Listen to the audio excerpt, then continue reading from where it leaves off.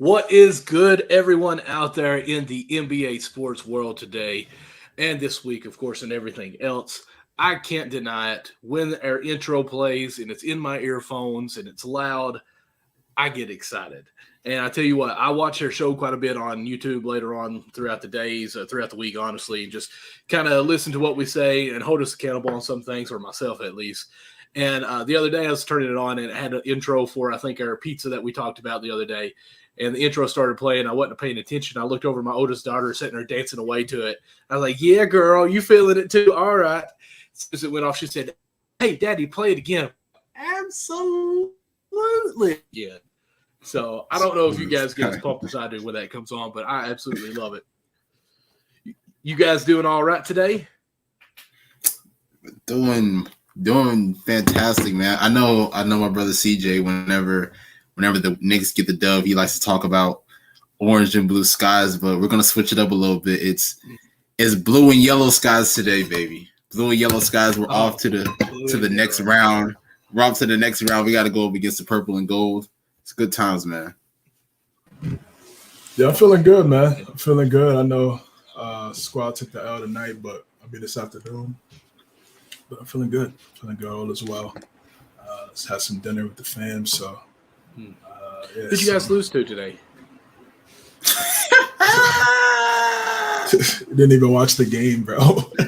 You didn't? You gotta watch the game to talk about the game. Of course I watched the game. I watched all the games.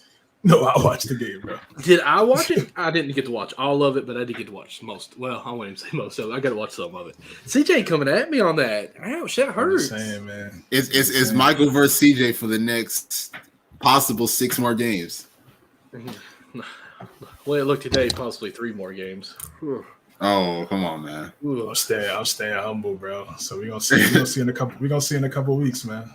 Absolutely. No, it's a wonderful day, playoff time. What's funny is after I go to church 6 to 7 o'clock evening there, and usually some of the guys stay afterwards to play basketball. I stayed for a few minutes, shot some hoops with them, and there's one guy who is a buddy. I'm not saying that he's not, but is a diehard LeBron fan. And for years, I say at least a decade, we've always talked about who's the greater one, and he can like name off the LeBron high school height, weight, and all this stuff. I'm like, man, you're a bit crazy there. But for about 3 years now, he's been very silent. But today, he started talking about LeBron and the Lakers. Like, man, who are you to even come up and start talking about them? I was like, I've not heard you say one thing about LeBron and the Lakers all season long for the past 2 years, really. He's like, oh, man, I only watch them during playoffs because that's all that matters is playoffs. I'm like, no, they sucked all year until they made some trades and LeBron was hurt, and then they turned it on some, and now they're the hottest team in NBA, and LeBron's back. That's what it really is. But anyways, that's my little spiel for that. That's not really a fan to me. If you only watch your team during the playoffs, it's not a real fan. It's not his team. It's wherever LeBron is. So, that's gonna happen. You know, that's just gonna happen. That's part of the NBA. I agree. Yeah, with player movement, it's just a different era. But still, like to still not only watch LeBron games, only in the playoff. Like, I mean, I could understand if you watch him and hit that like and Davis subscribe, fan. bro. We can help you out. Learn about some basketball. If he's an Anthony Davis fan, I understand it because he don't really play most of the season because he's Anthony Davis. But like. Can't say that for LeBron now. Like, I mean, he's been pretty healthy. But anyways. You know what's crazy? Like, that actually just reminded me of a meme. I don't know if y'all – I mean, I'm sure y'all may have seen it probably once or twice, but I guess this meme was probably made when LeBron was playing in Miami, and it's a meme that said, I'm not a Heat fan. I'm a wherever he at fan. You ever seen that one? He at fan. Yeah. Wow, but I definitely got to find that so I can send it to him. Wherever he's at. I like it. That's hilarious. Which, I mean, I can't say that I don't blame him because, I mean, the NBA, it's more of falling in love with the player instead of the team. If you're around like states or places that don't have a team, like CJ, you live in New York. That makes sense that you only like New York. Here in Kentucky, we don't have teams. We have college basketball team that wherever their fans or their players go, we like. That's one reason why I do like Miami is because it's had a history of Kentucky alums in some form or fashion from all the way back to Antoine Walker, who I want to say McCarty played there for a while, which he did go on up to the Celtics and had a little bit of a Kentucky feel there. But Pat Riley on to where we are now with Tyler Hero and Bam. So I mean, I understand fueling some fans that way. It's what it is. I mean, heck, you live in Idaho, who are you going to like? Right? There's no team right there. Yeah, you gotta pick one and pray that they're good. Right. So, Nick, before we get diving in, I know you wanted to talk a little bit about chicken, right? Let's go for it, man. Tell them what we got today. Tell them what we got. Well, I'm not really for sure. You in our chat, guys. Nick said, "Hey, let's talk about our favorite chicken spots," and that's all he said. And I'm like, I mean, I like chicken legs. I'm not really for sure what you mean here. And then he said restaurants. I'm like, okay, so the best restaurant or best place that you get chicken at. Now, I want to ask you, as I'm kind of really just spitballing you with here, is there different categories of chicken that we're talking about? Because, like fried chicken, KFC's up there, but like chicken sandwiches, stuff like that, spicy chicken. Chicken in general. Chicken. Who has the best chicken? Chicken wings, chicken thighs, chicken breasts, chicken sandwich, whatever it is. Boneless chicken, chicken nuggets, chicken fries, whatever it is. Okay. Because to me, the best all-around chicken, as in like any type of chicken sandwich or meals like that, to me, it's hands down is Zaxby's. Zaxby's smacks better than anybody when it comes to you can get the buffalo sauce on the chicken tenders. You can get regular chicken tenders. You can get the sandwiches and different things like that. To me, by far, Zaxby's the best over any restaurants to order variety of chickens. So that's where I stand. How about you guys? Zaxby's is up there. I think it's top tier. Best. Possibly top 5. I don't know. It's tough though because I always get the boneless wings and things whenever I go to Zaxby's, and I get the hot honey mustard to go on top of as far as the wing sauce. I'll say Zaxby's is up there. I'm a Popeyes guy. Golly, I'm trying to think. Popeyes top tier, man. Come on now. Louisiana's finest, man. Louisiana versus Kentucky. Who you got? Well, I mean, I did not like it. You don't like Popeyes, bro? Oh my goodness! I had it one time, and it really was horrible. Like none of us in the family finished our meals. Like we're like, okay, this is not what it's lived up to be at all. CJ, the Kentucky taste buds are a little off over there. Oh, my phone is not on vibrate. Nah, yeah, Zaxby's top tier, no doubt. Chick-fil-A, obviously for chicken. Oh yeah, Chick-fil-A, definitely. See, Chick-fil-A is good, but I don't. No, don't do that. Don't disrespect Chick-fil-A. Come on, man. I love their fries. That should have been the one restaurant we all agreed on. Why is that? Because it's a Christian-based restaurant. Listen, how many times have you see? We don't have a Chick-fil-A anywhere around where I live. There's a college campus within an hour and 10 minutes or so, and they just put one on the campus. So like people go to it from on campus to get it, which is kind of crazy. But what's crazy is I have went to a Chick-fil-A probably more times on Sunday because I'm just somewhere on a weekend. Like, hey, let's go Chick-fil-A, and they're like, oh snap, it's Sunday, they're closed. Which still, I respect that and love that, but it just always seems like every time I'm around a Chick-fil-A, it's a Sunday that I can't eat it. It makes me so upset. No, yeah, Chick-fil-A, and I see what you're saying. Chick-fil-A is still elite to me. Zaxby's, I'd probably put number one. There's some spots over here in the cities, some hood spots. Shout out Kennedy's, shout out Reno's, some top tier chicken. You want to get some chicken, some hot sauce. Really trying to eat swell. But yeah, if you want to talk about chain food restaurants, yeah, I think you gotta have those two at the top. Which one, Chick-fil-A in Wells? Zaxby's. Yeah. Okay. Popeyes are never really. I mean, Popeyes is cool. My God, y'all wow. It's not the. It's a couple blocks from me, but it's not the best. Thank And, you, CJ. obviously, it just depends on who's in there, who's making it. You know what I mean? And then I got a KFC right there too. Over here in these neighborhoods, they're trying to get us up out of here. So they got a fast food restaurant on every block. But every block, bro. It's fast food restaurants and liquor joints, man. Yeah, pretty much. But yeah, they got a KFC on the corner, a couple blocks from me. It's cool. I haven't had it in a long time, man. A long time. But once they opened up the Chick-fil-A over on like 86, man, it's like the new McDonald's. It's like everybody's in there. It's packed. Everybody getting a chicken sandwich. It's like crack to people, man. It's crazy, bro. It's all right, so let's name top 5 chicken restaurants. Like, let's just not say top tiers. Let's get a list. All right, top 5: Chick-fil-A, Popeyes, Zaxby's. I'll go Buffalo Wild Wings, and dang, who's gonna make that 5th spot? Buffalo Wild Wings. Okay. Who's gonna make that 5th spot? I'm trying to think. If you're ever in Johnson City, there is a restaurant that we ate at. I think it's just called The Wings. And it was like actually I'm assuming it used to be a garage, like a mechanical garage. And they bought it and turned it into a restaurant, like it's a local restaurant. And it's basically a Buffalo Wild Wings themes, but they do it their own style, of course.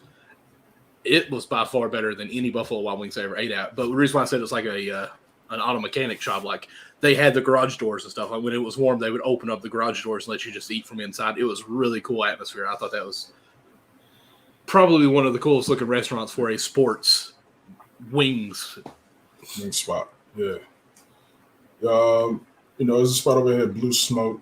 They got some good wings. Jackson Hole got some pretty good wings over here in the city. I look at more of the rest. Not, of course, you got the chain restaurants. Right. That's their calling card. They should be good. Not they're gonna go out of business. So, some of the restaurants where I'm at, yes sir. Shout out to MNC Cups. That's the best place. That's the best. So Jackson Hole, Blue Smoke, and then of course the common ones that we all just talked about.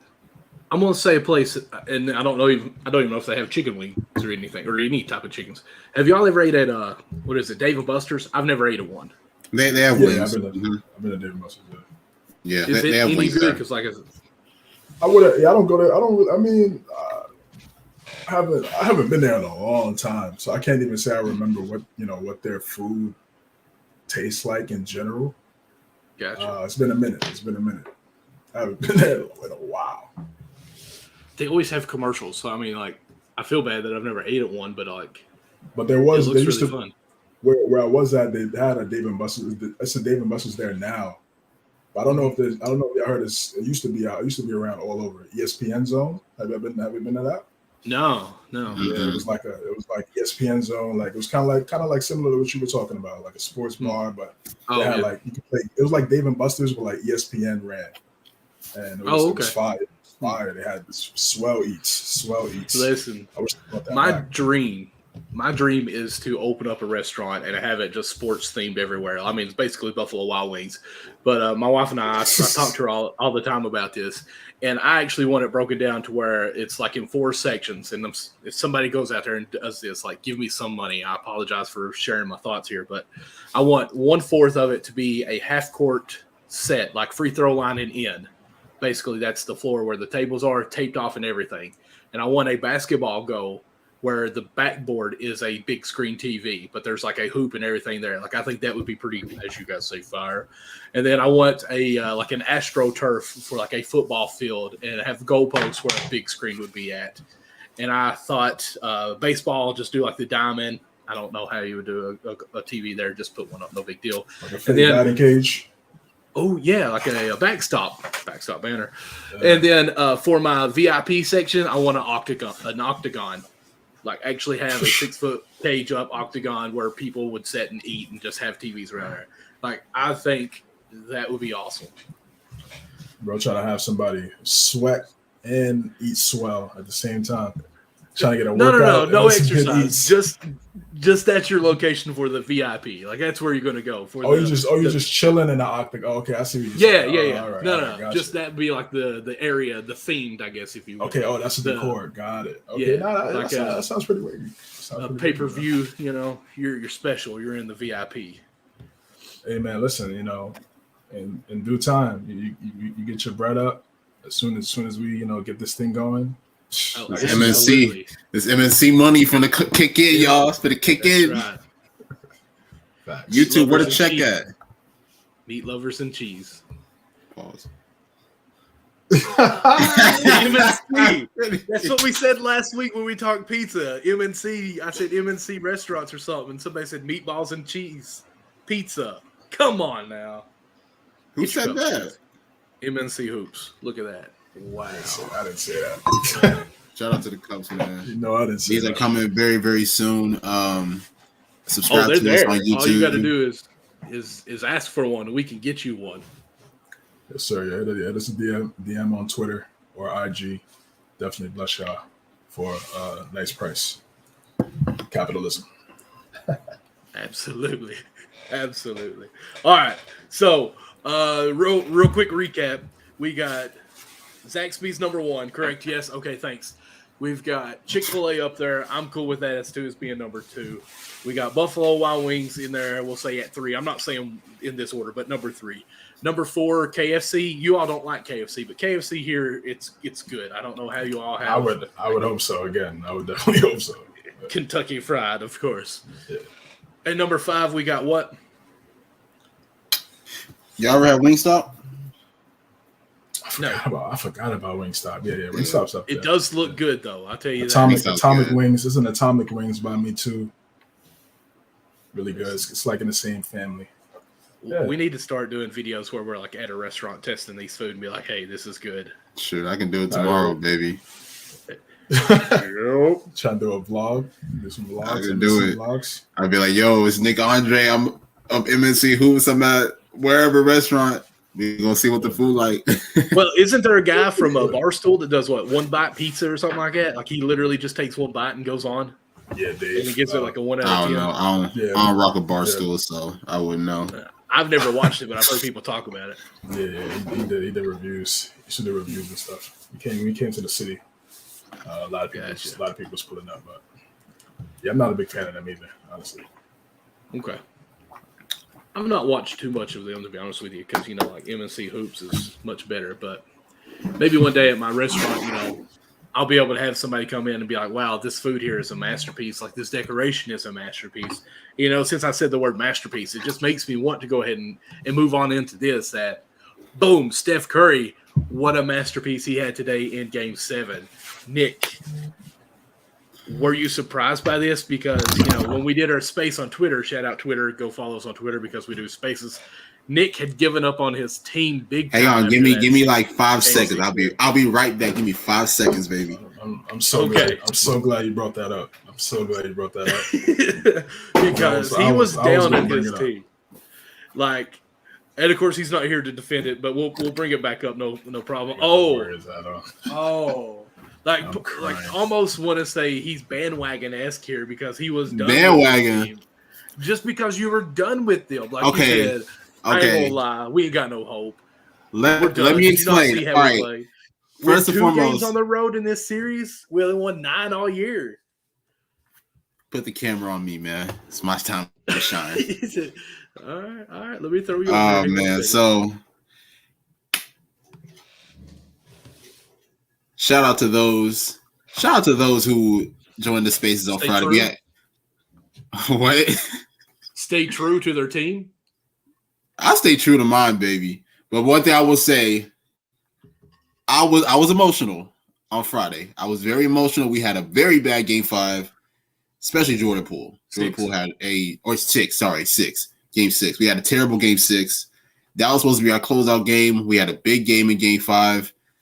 And we said, you know what? Let's go back to the crib and let's go ahead and get this thing over with. But give credit to the Kings because they played phenomenal basketball from start to finish. De'Aaron Fox had a strong performance. Malik Monk looked like a all defensive first team candidate.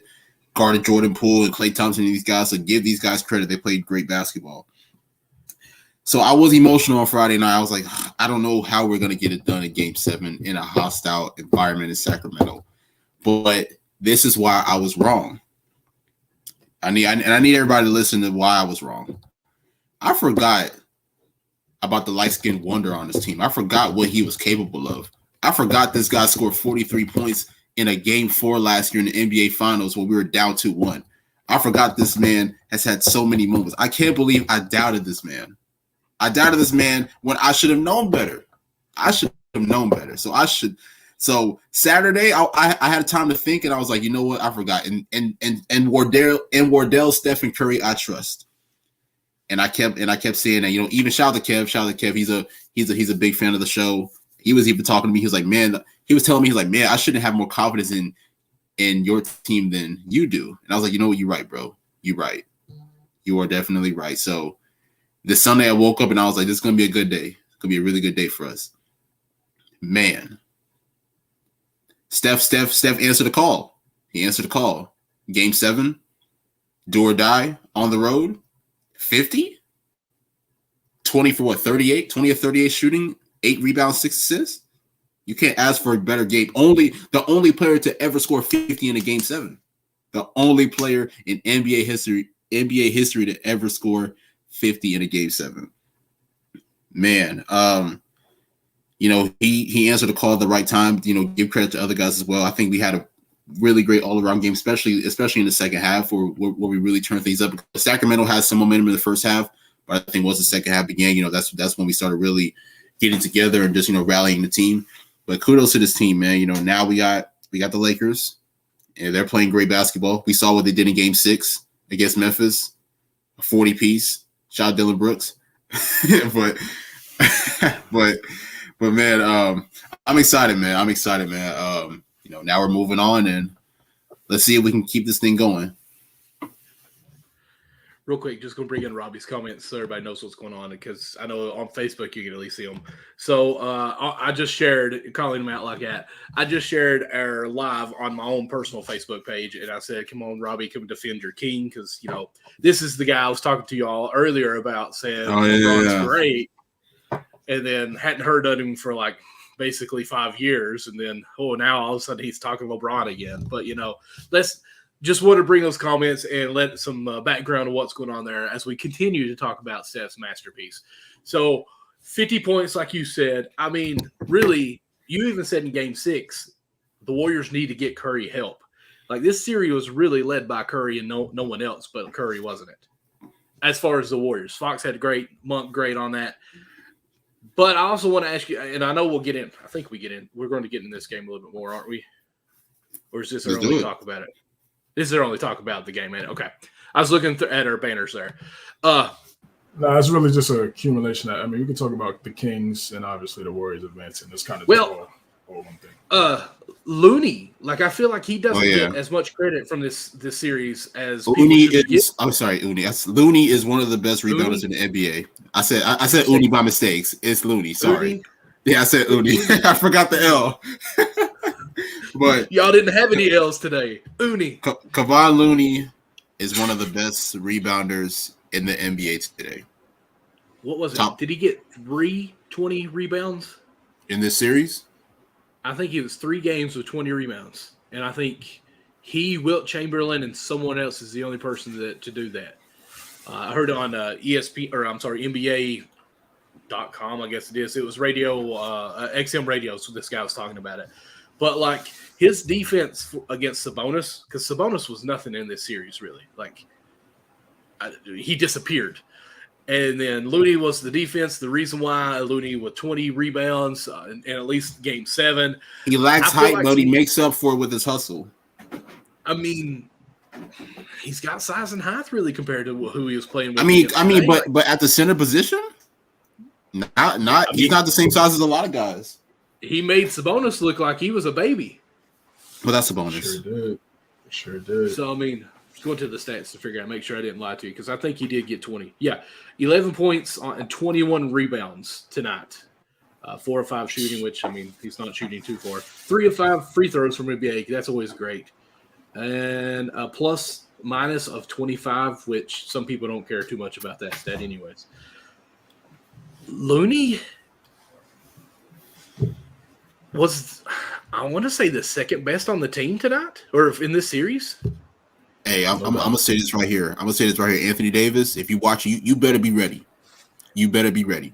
Oh, you better be ready. Because if he's this not man ready, is a roller coaster of a fan. We're done. We're horrible. We ain't wait, hang on. 7. I did not watch say out, that baby. we were done. Coming. I did not say that we were done. I said that going into Game 7. Space. I said going into Game 7, I think the Kings had a higher chance of winning than we did. I never said that we were done. I said that going back to Sacramento, they did have a higher chance because they got Game 7 at home. I never said that we were going to lose. I never said we were done. What do you think of that? We'll see. We will see. We will see because look, AD had his. I mean, look, AD was phenomenal in Game 6, especially with the shot blocking against Memphis. Give him credit for that. But I'll be real. We should have saw a more dominant AD in that series. If we would have saw a more dominant AD, that series probably would have either been a sweep or 5 games. I mean, could have went 5. You know, they folded in probably 5. They still blasted. Because I mean, AD led them in points in 2 of the 6 games. I want to say the Lakers. There's a stat I've seen where 5 different Laker players led them in points, led them and scored points. It was AD 1. I'm sorry, AD had 2. LeBron had 1. AR had 1, I think, and I never can say the other guy's name. We got a segment. We got a segment for that. We got a segment for the preview. Right. You're right. Warriors preview. So we can save some of our takes for that. All right. Yeah. But, go ahead, CJ. My bad. Now you're good. Let's start out with the Kings. Great year. They had a great year. 3rd seed in the West. No one expected this. Coach Mike Brown, Coach of the Year, did a phenomenal job changing the how we view this franchise. Really, the laughing stock of the Western. Yeah, exactly. Just literally the laughing stock of the Western Conference. One of the laughing stocks of the league. And now, they're respected to take the reigning defending champions to 7 games in the first round. And really up into that 3rd quarter since Kevon Looney, how he played really played a factor in that 3rd quarter. And they were right there. First half, it was really close. De'Aaron Fox had a great year. Sabonis, all-star in the regular season. Didn't play like an all-star in the playoffs, but he'll get better. He'll get better. And I think this is just the beginning. Look at Golden State. They had their ups and downs. They lost to the Spurs. They lost to the Clippers before they became the dynastic Warriors. You have these moments. Before you get to the championships, you have to go through ups and downs. You have to fail. Shout out Giannis. in order to get to where you want to go in life. So I think they'll be fine. I think they have the right people in place, to be successful going forward. But in this game, I picked the Warriors in this game because of the experience. They've been here. They've won Game 7s before. They've also lost Game 7s as well. And they just also know what to do in these high pressure situations on the road, at home, doesn't matter. I know everyone wants to talk about, their road record during the regular season, but it's a different season. This is the postseason. That was the regular season. And they have guys who have won championships, have faced adversity at the top. They're leaders. Steph Curry, Draymond, Klay Thompson. They're obviously their head coach is Steve Kerr. They've been through all of this already for the last decade, so they know what it takes.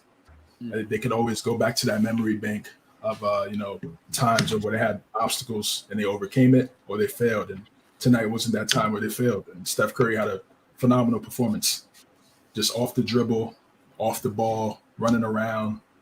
They had no answer for him. I feel like they should have trapped him much earlier, got the ball out of his hands, because really there wasn't really anyone else that was really knocking down shots on a consistent level in the game. Wiggins was missing shots. Klay didn't have a great night offensively, but he did a really good job defensively.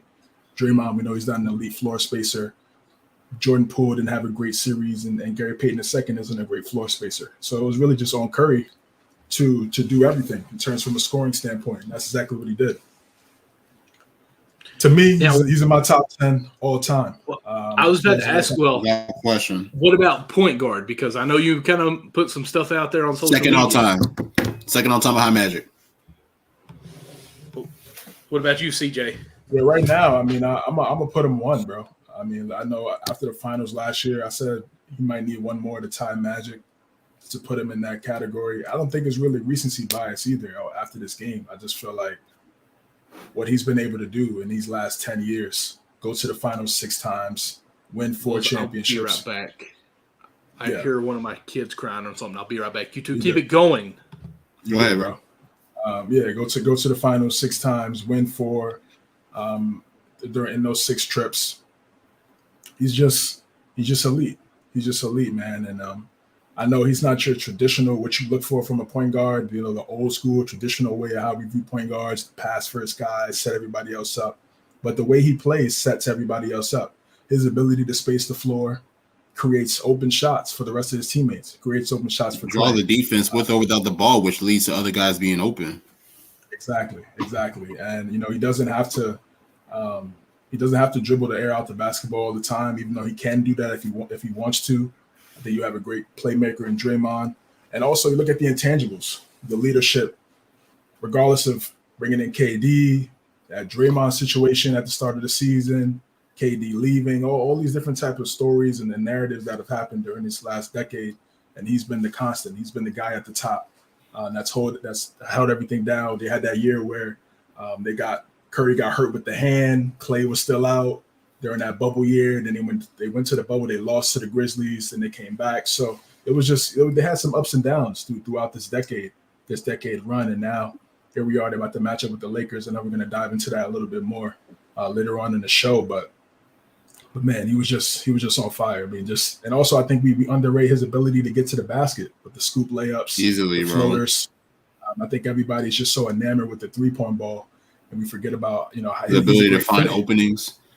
Yeah, he's a great finisher. He's a great finisher as well. He's one of the best finishers in the league, and it's just he's dominant. He's one of the best shot creators of all time as well. I know we always look at Kyrie and Kobe and KD when we talk about shot creators and skilled scorers, but you have to put Curry in that factor because as soon as you step past half court, he's a threat. He's an automatic threat. You have to play defense a certain way.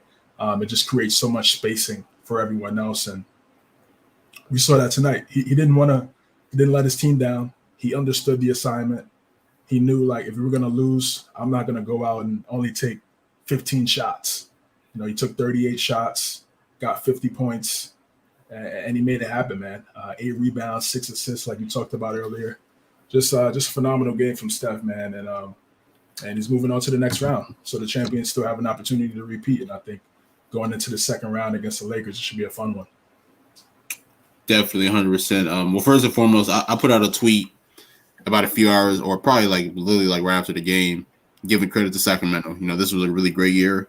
I want people to know that this wasn't a fluke by any means. This is a great team. This is a great team. They just pushed the defending champs to 7 games, regardless of what seeding it was. Being able to do that and being able to step up to the play. This is De'Aaron Fox's first playoff series, right. And he played great basketball, especially down the stretch in the fourth quarter. Obviously he won Clutch Player of the Year this past year, but also just being able to transition that to the playoffs and being able to step up when his team needed him the most. That was just incredible to me. Same thing with guys like Malik Monk. I think this is his first playoff series as well. So these guys, with the little experience that they have, or actually the no experience that they do have in playoffs, came into this series with all the confidence and the swagger in the world. And, you got to give credit to them. So that's why I say, there's going to be no more droughts for this team. De'Aaron Fox is 25, 26 years old. With Mike Brown being their head coach, this team is going to be a team to look out for in the future, man.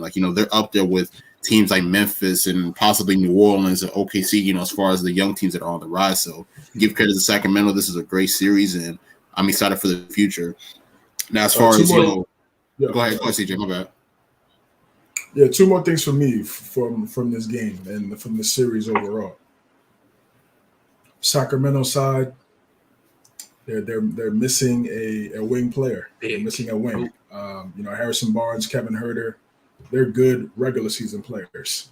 You need a special player on the perimeter other than De'Aaron Fox to score 20, 25 points. Monk, yeah, he can be that guy in spurts, but he's consistently, that's not, he's kind of off the bench, igniter.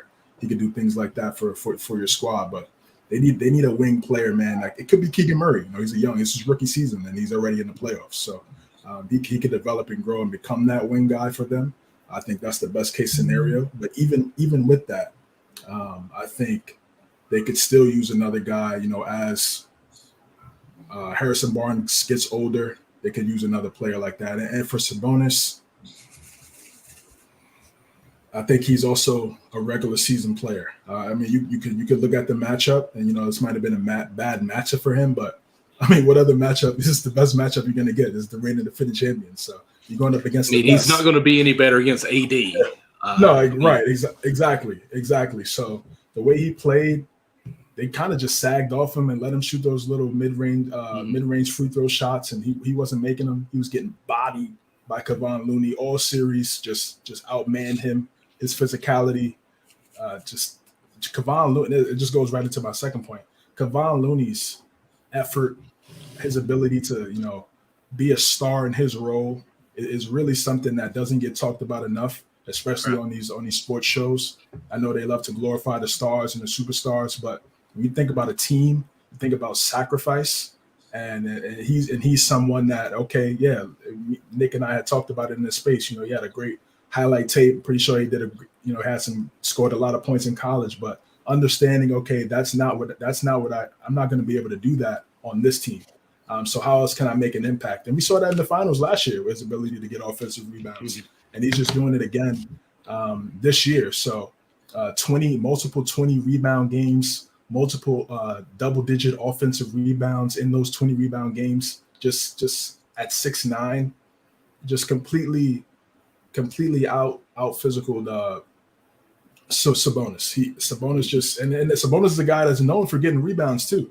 He's a double guy in the regular season, and I think that's what they're missing. They're missing another guy next to Fox that's a dog that could score, play defense, do the little things. A game changer. They're missing another game changer next to Fox. Could it be Murray? I don't think it's Sabonis at all.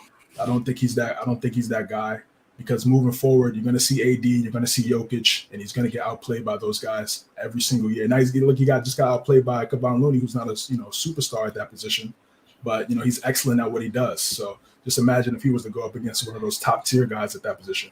It's food. It's food for those players. So Kevon Looney got easily second best player in this series. Did a great job creating second chance points for a team that, you give Curry and Clay, multiple opportunities to score. It's like you're at their mercy. You're at their mercy, man. So it's a great series. It was fun. It was back and forth. Obviously, a chess match with Mike Brown being the former defensive coordinator for this team. So he knew all of their plays, but the superstar stepped up. The only superstar in this series stepped up, answered the call, and they advanced.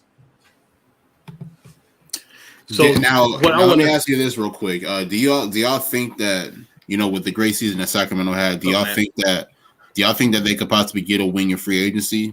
Because I'm looking at a list now. There's some guys that are free agents that I do kind of like that could fit with this team. Chris Middleton's one of them. I like Jeremy Grant. I like Gary Trent Jr. I like Bruce Brown. Those are just like a few names off my head. I'll be real. I actually like Bruce Brown. Like if that were to happen, I think he would probably fit really well with the team. But I wanted to get y'all's thoughts. Like an all-star, like a Jaylen Brown, Tatum type thing. It should be Fox, and I don't think Fox and Sabonis is getting them to a championship or getting them to the Western Conference Finals. It needs to be Fox, fill in the blank, and Sabonis. That should be the hierarchy. Okay. I'm with you. Here's where I'm at on it. I feel like I don't know if Sabonis may need to be working on this 4 instead of a 5, and then go out and find that big that can. That's his original position, though. You know what I'm saying? 5 or 4? 4. He's a 4. Okay, so that's kind of when you were saying earlier, CJ, about going out and get a wing. I said big. I don't know if you heard me or not, but I feel like they obviously lack that number 5 solid size. There's a couple of guys out there that wasn't signed this year that could have probably helped him in this game. You can name a few, that's for sure. But I definitely do agree with you. At least someone that's a knockdown, big wing that can guard. Harrison Barnes, I think it was showed us something on Twitter. In the last 4 Game 7s, he's not even averaged over like 15 points. Not even scored over 15 points. Harrison Barnes has a name for, I don't want to say fading and be mean to him, but like we know the series when he was with Golden State, like they just let him shoot. Like that's what he's supposed to be at that 3-4 or whatever position, can be a knockdown guy. He's not maybe a Bogdanovich. Bogdanovich. There we go. Could be one of those guys pick up during this trade, maybe even free agency. I don't know who's all technically free agent. I think Monk's growing. I think he's in a role now where he can step up and be a bigger guy, but I don't think he can be the number 2 guy. I don't think he's a Rodman. Murray, like you said earlier, he's up and coming. We'll see how he progresses. I'm just happy that even with like what Matt said, the beam died.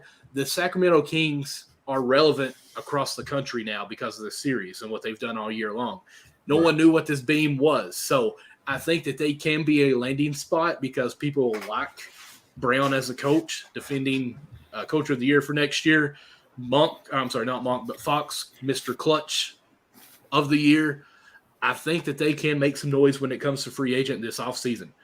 I don't know what we can really get come to Sacramento, but I think they are at least when someone calls from Sacramento, I think these players are going to listen to, okay, that's very tempting because the up pace, speed and offense, high-scoring offense that they have, people's going to love that. That's for sure. So I'm happy for the Kings and what we got. Go ahead. No, go ahead. Finish your point. That was it. Just I'm happy that the Kings are bringing this up. Kings are having a bright future, as Matt says here. Fox next year could be in that talk of the. I'm just saying of a candidate, not saying he's winning MVP, but no, he can be. He can be definitely. I think De'Aaron Fox is a superstar in the making. I can totally see that. On his way, I think Keegan Murray could be that guy. When he was at Iowa, he was playing in the post, but he has to space the floor. Yeah, now he became four spacer. Sabonis, because Sabonis is more the paint guy. I think in a year or so, I think Keegan could be it could be Fox, Murray, and Sabonis, but I think with Sabonis' inability to space the floor, it hurts some of the other skills that Keegan Murray has, because I know he had the most threes as a rookie in NBA history. He broke that record. But when he was at Iowa, he was playing in the post. He was doing a multitude of things. He was a 3-level scorer. I think we need to see more of that from him. And he played really good defense, some solid defense. He struggled early in the series and then picked it up at the end, which is good. That's what you want to see. And I think he's going to be really good. So I think Murray could be that second guy for them going forward. But I think if they really want to unlock him, something, they gotta change some other things. They gotta change some other things, man. Sabonis got to start shooting some more threes. Start spacing the floor a little bit more. No, absolutely not. What do you say? Pat. Absolutely. No, God, no. no. Tell. Absolutely. Y'all hate him so much, but that's fair. I will say I do think that Sacramento could also use another legitimate big, but not Cat. No. Cat's still basically a 4 that can't play defense. So I mean, it's the same thing. Like they need someone that can protect the rim. Hey, Sacramento, go get Anthony Edwards.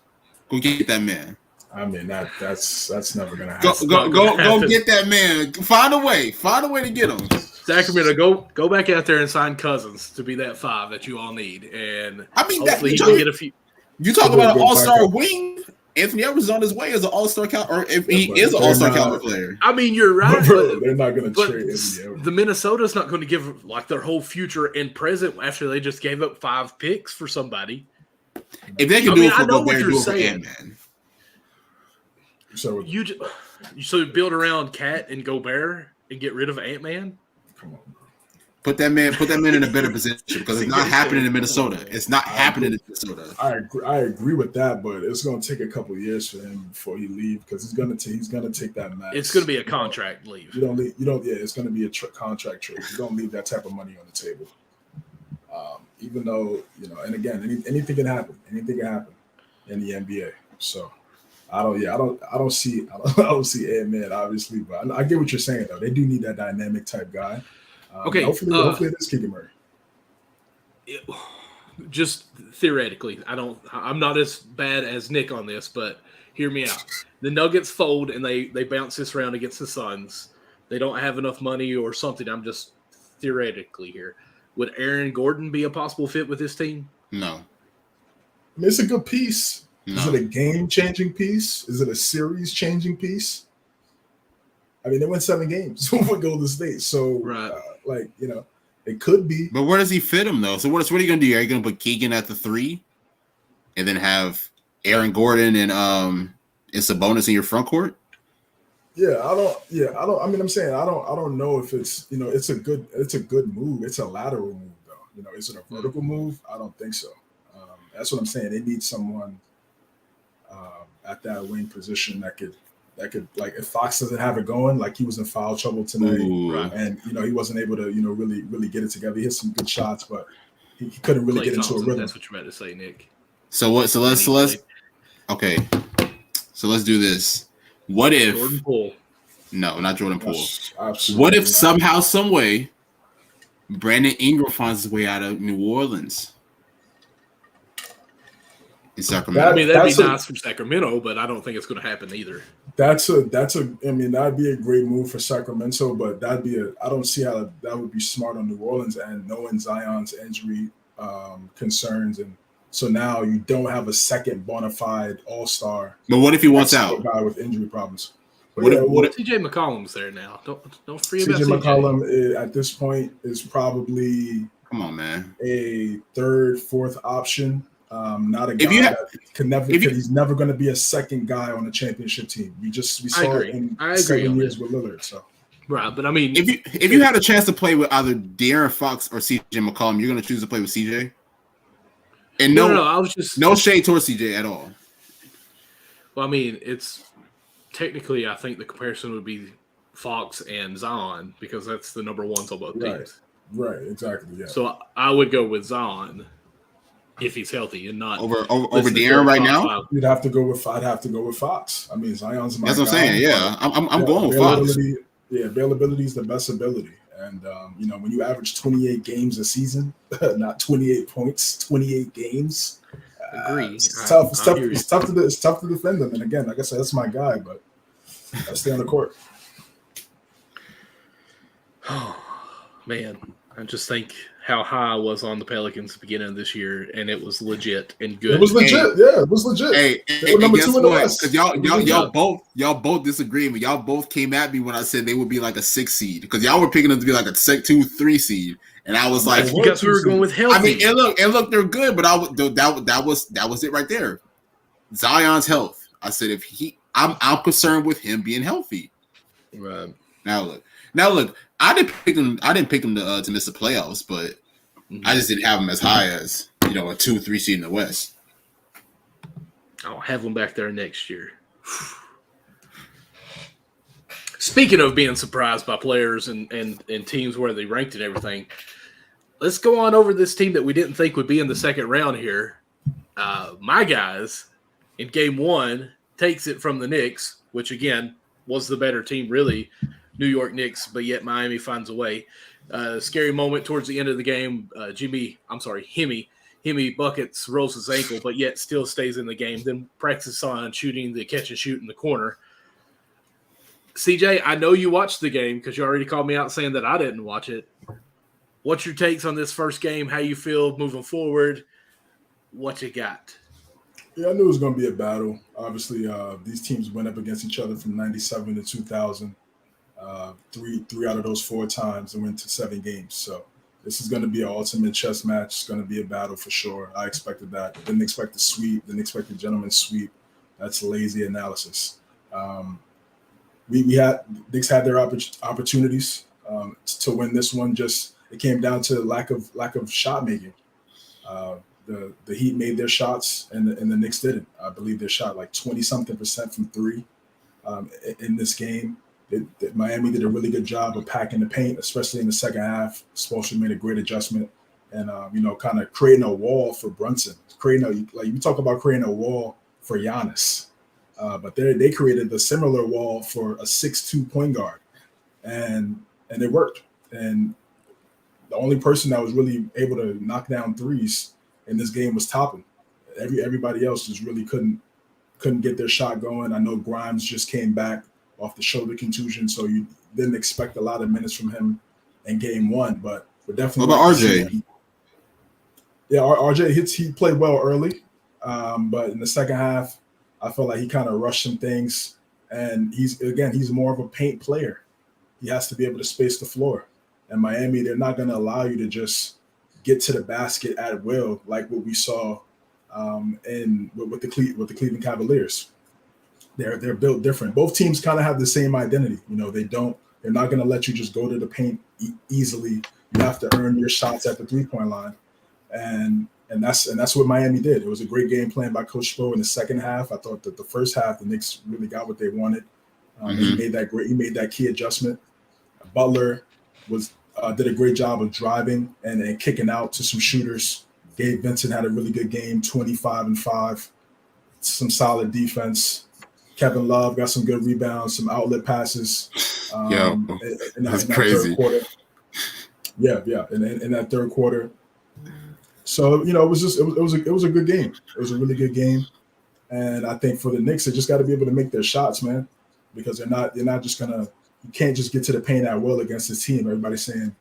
I try to stay away from Knicks Twitter because it's very toxic and a lot of people. Oh, you said Knicks, not Knicks. No. I'm talking about Nick. No, not our Nick. I'm talking about Knicks Twitter. Positive over here, It's man. pretty toxic too. Let me tell you. I'm toxic. Hang on a minute. What you mean? I'm just being mean to you. I try to stay away from Knicks Twitter because it can be very toxic at times, and they're very emotional, and they don't really understand. A lot of them don't really understand the game of basketball. So they're like, oh, Randall being out, it hurt us, but it's still the same thing. He's a paint player that's not a great floor spacer.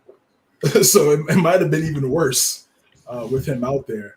Yes, he's obviously a better player than Toppin, and he's actually more depth. But all in all, and he's played well against Miami in the regular season, but this is not the regular season. This is the postseason. It's a brand new season. Guys get more confident. Kyle Lowry had 15 points in this game. A champion, Kevin Love, a champion. So they're bringing their experience into this series, and it definitely played a factor in game one. So credit to Miami. Hopefully Thibodeau goes in, makes some adjustments. How many adjustments? I don't know. But ultimately, what it comes down to is, the Knicks, they didn't shoot great against the Cavs either, but they just were just a more physical team. They got more rebounds, and they created more second chance opportunities. Miami, they're not going to let you get those second chance opportunities as easy as we saw in that Cleveland series. So you have to find other ways to be productive offensively. So we'll see what the Knicks do in game two, man. This is going to be a very important game on Tuesday. Have they said anything about Butler and how injured he is? We'll probably find out tomorrow afternoon. So he was driving right, and he initiated contact with Josh Hart, and Josh Hart he fell and his right leg connected with Jimmy's ankle, and he rolled it. I think he'll be fine. He's a tough guy. I'm pretty sure he's played through. We saw him play through probably a worse injury last year in the Eastern Conference Finals against the Celtics. Scored 47. So I'm not banking on him missing any time at all. He didn't leave the game. No, he didn't. He didn't leave the game. And one thing that I wish Thibodeau would have did was, attack them a little bit more. Run some screen actions. He get just the switch and just go guard it and just get the switch and go at him. But Hart's not a great floor spacer. So he kind of just hid on Hart and it played into our favor. And then for Thibodeau too, I felt like Toppin should have been out there in the fourth quarter. He only played 2 minutes in the fourth quarter. Did a really good job for us in the first half. Had 18 points, 8 rebounds, hit 4 threes. Defensively, there's some things he needs to improve on, but there's a lot of players that are playing in the playoffs right now that could be better defensively. So, and I know that's Tibbs' calling card. That's Tibbs' calling card. And he's like, if you're not going to play any defense, you can't play for me essentially. But I've seen Randall be completely lackadaisical on defense all the time. But we know it's a hierarchy when it comes to who you want to get mad at. But I felt like he should have played in the second half. He brought a lot of life. He brought a lot of energy. The one thing for Toppin is when Love is out there, you have to box Love out. You can't leak. You have to box him out, and you have to he has to create second chance points because Hart is not going to be able to get the rebounds that we're accustomed to him getting on offensive rebounds because he's guarding Butler too. So he's gonna be guarding Jimmy. That's a lot of energy and effort that he's exerting. So you want him to go get 10 rebounds and go guard Jimmy Butler and score. So some of those other guys on the court have to sacrifice and do some of those things in terms of boxing out, creating second chance opportunities for the team. So that's what I want to see from Toppin in game 2 if he gets some more minutes, man. And if not, I don't know. I'm really nervous, bro. Like I said, he's one of my favorite players on the team, but this could be his last year with the Knicks, and it's unfortunate because we really never truly got to see him at his full potential, obviously because the last few years that Randall's had.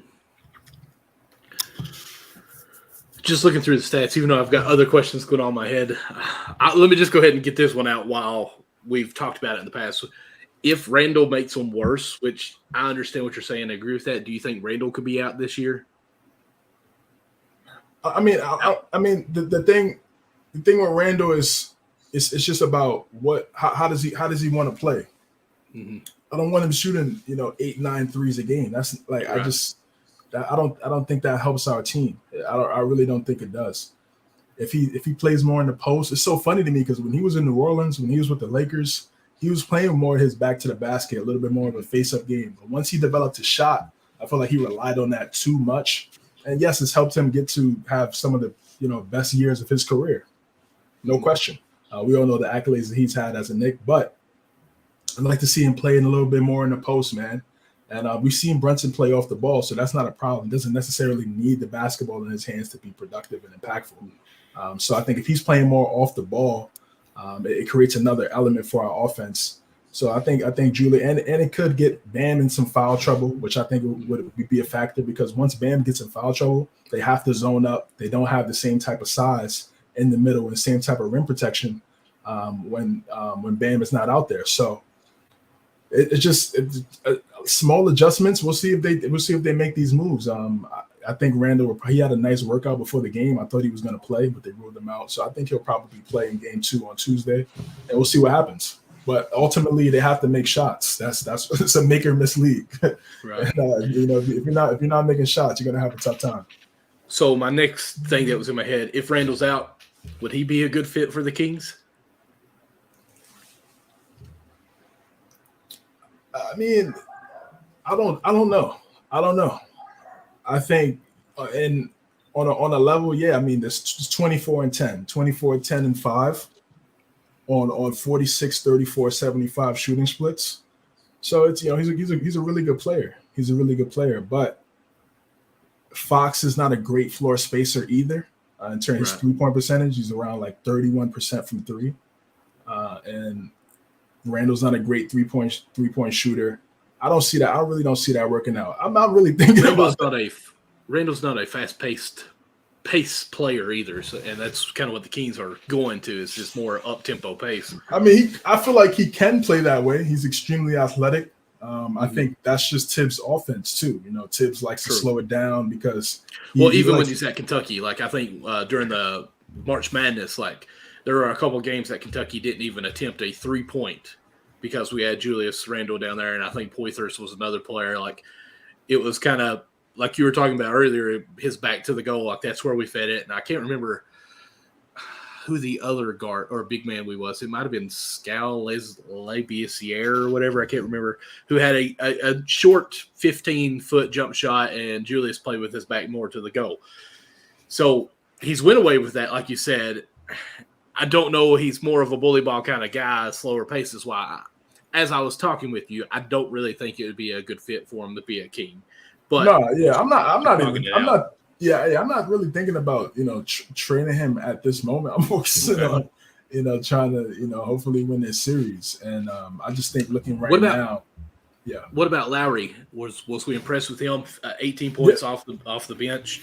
Hit a couple of crucial jump shots, big shots in the third quarter. I think he hit 1 3. One that he looked like he flopped trying to get a foul, and somehow it still went in. But Coach I didn't Spo's a watch genius. the game, CJ. But I thought Lowry Yeah. gave good minutes. 6 assists, 5 rebounds, 18 points in 30 minutes off the bench.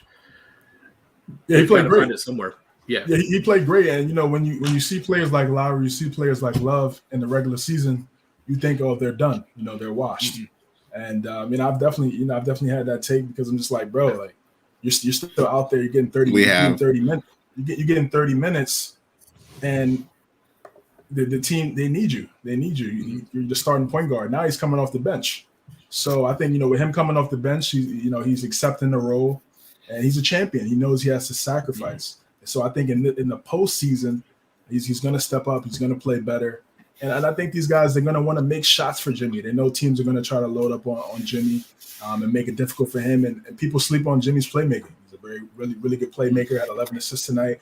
And that's why, not to cut you off, watching at watching the beginning of the game, the starting lineup surrounding Jimmy was Gabe Vincent, Max Strus, Kevin Love, and Bam. And I was like, yo, Spo is a genius because he knows that Jimmy is a great primary ball handler and a great initiator playmaker. And now the other three of the other 4 guys are shooters. They can all space the floor and knock down shots. So I was like, yo, this is genius for Spo to do this. Yeah, exactly. That's why he's, top 3 coach in the NBA, right up there with Steve Kerr. And I guess, I would still put Ty Lue there. It just doesn't. I think Pop is in a category now where it's just like, I guess. But I'm looking at in terms of more present day. Now, if they get if they get whoever they get, if they get whoever they get down the road, then it could change some things. But I think right now, Pop's already solidified. But Pop's on cruise right now. Like, I don't want to disrespect and think that he's or in the old times style and hasn't adapted. I think Pop's probably one of the most that would adapt. I just think that he knows his team that he has now and just like, this is what we got going on. So I understand. I'll go with that. Yeah, I'm gonna say. That's what I'm saying. Kerr, Ty, Spoelstra, and Ty Lue. To me, man. I don't see when it comes to making adjustments. When it comes to getting the most out of guys that you really wouldn't expect, though they're at the top. Look at the Clippers and their roster. You look at those guys, just Norman Powell dropping 40 in some of those games. Look at the Heat, Gabe Vincent, Strus. These are guys that, no one really saw on a mainstream level. And they come into Miami, they buy in, and it works. Same thing with Steve Kerr too, Kevon Looney, all these other guys. So, man, I think those are the top 3 in the NBA, easy. Dog. Eric Spoelstra is a genius, dog. Oh my god, I'm just thinking of like right now, like certain plays and scenarios, and it's like, yo, like there's a reason why this man is respected for being like one of the best head coaches in the league. Of course. Well, I want to stay with this game, but I want to ask where y'all have Monty ranked at. He's like the second tier to me. Don't get me wrong, he's great. He definitely got. He got to see him in the finals, but I don't know. I feel like we might. He has a long resume because he used to coach in New Orleans when Chris Paul was there. So he has the experience, but I don't know if I put him in the same conversation as Spo or Ty Lue. Not even close. Okay. Not even close. We'll get into that. We'll get into that series in a little bit, but I don't see him. He's not even in that same class as those 3 guys we just talked about. Not even close. Anything else y'all want to talk about on the Heat Knicks? Martin played great in a couple minutes. I think Lowry stepped up when he saw Hemi go down and took over the game in the final minutes there, which is great to see. Duncan Robinson 0 for tonight, 13 minutes, 0 points. That can't keep happening if we have a chance to win 4 games, which we won tonight. But still, I just love listening to New York fans in that arena. Like, it actually felt like a playoff, which obviously it is, but the intensity of the fans and everything, like it was phenomenal to see superstars back out again, or celebrity superstars back out in there that we're seeing quite a bit more of, because the Knicks are relevant, and it's nice to have that. I think it's great for the NBA. Yeah. Also, can people please on Twitter, can people please stop saying that the series is going to end shortly? Because I'll be real, coming into the series, I knew that this is going to be a great series. Depending on who y'all think wins, I think 6, possibly 7. I think the series is going to be in for like that good of a series, in my opinion.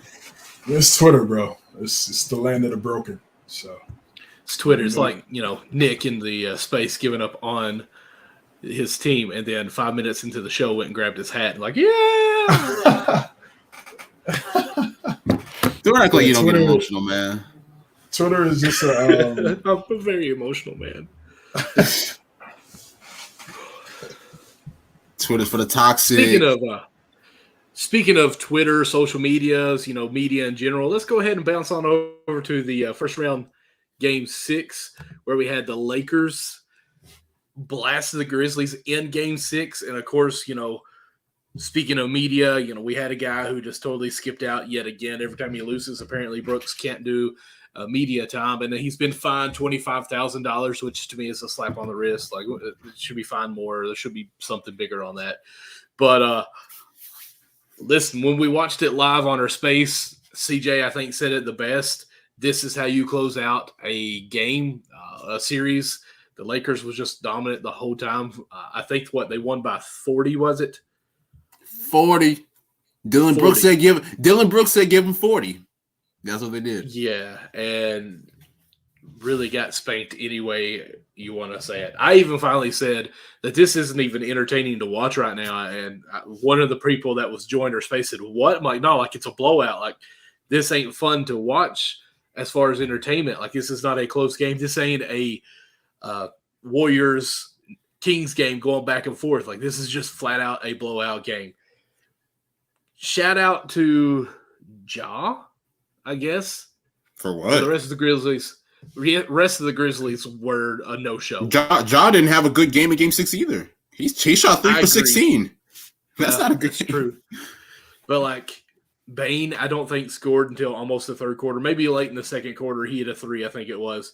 But like, he's supposed to be that second guy on that team, and he didn't show up. I like Bane. I thought he should have been MIP last year. Still think he's a great player. But, dude, game 6, closing out, you got to show up a little bit more than that. I don't know if it was just too much pressure, which, I've always said the Grizzlies are the Gonzaga of the West Coast. We got the Philly that are Gonzaga of the East Coast. I also say that with the Clippers as well. I've got a lot of Gonzaga teams. But Grizzlies are definitely a good in-season team. Playoffs, they look rough. Nick, let's hear from you, man. What'd you think of this? The Lakers closing out this game big time. This Lakers trade that they made in the during the trade deadline, we're seeing why this team is really as good as they are, man. Because obviously, give credit, LeBron had a pretty strong scoring game. He shot 9 for 13 from the field. Anthony Davis had a great performance as well, especially like letting his presence be known defensively under the basket. But to get 31 points out of D'Angelo Russell, to get a really good game out of guys like Austin Reeves and Rui Hachimura, that was really what it was for me. It was really the supporting cast really stepping up, because I mean, we already know what the two-headed monsters are going to bring to the table. But when you're able to get solid games from the other guys, and I want to say D'Lo shot 12 for 17 from the field too, so that's about 70%. So shooting the ball at a very high clip. So I'm very impressed. And as for Memphis, I still like Memphis. I still think that they're a really good team. Do they definitely need to go into the offseason and make some adjustments? Of course, definitely. But I mean, I'm sure that they're the laughing stock now because, of the Ja comments, of the antics that Dylan Brooks has been, and the Dylan Brooks antics and everything. But I still think that they're up there as far as, being a great young team on the rise. Should they be humbled? Yes. And I definitely think that in this game 6, they were definitely humbled. Ja, like I said, Ja did not have a really good game. I think he had 10 points on 3 for 16 from the floor. Obviously, Dylan Brooks didn't have a strong game. Desmond Bane didn't have a strong game. Jaren Jackson Jr., a great player. I just wish that he added more to his offensive package. But I mean, give credit to the Lakers. They were the better team throughout the course of the series. And like I even said earlier in the show, like if they would have had a more consistent AD who was just dominating both scoring and rebounding, the series probably would have been over in at least 5 games. So give credit to them. Had a strong performance, and now they're going up against the defending champs, and we'll see how they can keep this momentum rolling. CJ, what'd you think? Wow, game 6 was was very, very telling, and it really shows how dangerous this Laker team can be when you have LeBron playing off the ball, when you have AD at times may not bring it from a scoring standpoint, but you know what he's going to do off defensively. And you can have players like D'Angelo Russell, Reeves, Hachimura. Those 3 guys. I had Dennis Schroeder in there as well, but those were the 3 or 4 guys that I felt like needed to have some really good games, not just in this series, just going forward in complement with LeBron James and Anthony Davis if they want to have a chance to win a championship. Obviously, it's imperative going up against the reigning defending champs in the Western Conference semis that 3 of those, I think all 3 of them have to step up, honestly, going up against that team. So, but they played great. Rui and AR to start the series did a great job, and then I think D'Lo, coming in strong, gaining some confidence. Look at that game 4 game where he knocked down 3 threes in a row. And then obviously game 6, like Nick just talked about, having 31 points, really started out hot, just going to the basket, wasn't necessarily just settling, something that I had talked about on the show last week, something that we talked about in our midweek show on Wednesday. It just goes to show, man, that trade that Rob Pelinka made, those few trades that Rob Pelinka made, starting off with Rui Hachimura and then the other acquisitions. It worked out perfect. 20-9 since the trade deadline, going into the postseason, top 5 in defense as well. And Anthony Davis, listen, I know I expect 27 plus from him every single night, plus the defense, because that's what I've seen him do, especially his early days in New Orleans. Saw him do everything. So I expect now, being in that Laker uniform, with the expectations being as high as it is, and now you have LeBron as your teammate, it should be a given of how well you should play, and you're in your prime at that. This is he's a game changer on defense. Players do not want to go into the paint when he's in the middle, and that's what you want from a center. That's what you want from the tallest player on the team, changing the game in other ways. Okay, my shot is not on tonight. Can I get 4 or 5 block shots? Can I get a couple steals? Can I get a few offensive rebounds? Can I get some defensive rebounds, start some breaks, and get guys running and going? And that's what he does. That's what he does. And he played relatively well in this series. There were some times where I definitely had some criticisms, but I think that's what we're just going to get from AD sometimes. I think we're going to have some games where he's not all the way there. You just hope it's not for 4 games where it results in an out. and I said this. I said this before the playoffs started. LeBron and AD healthy. It's just difficult for me to see them lose 4 times against a team that doesn't have anyone close to the level of talent that they have. The Grizzlies don't have anything close to LeBron James and Anthony Davis. Ja Morant, special player, special point guard. But outside of that, I don't see a game changer on the Memphis Grizzly team. Jaren Jackson Jr. is a game changer. Defensively. Defensively, he has his moments, but he needed to play like Anthony Davis in this series, and that's not where he's at right now. Still a young player, still has time to develop and get to that point, no question. But it's just not there right now. It's still levels.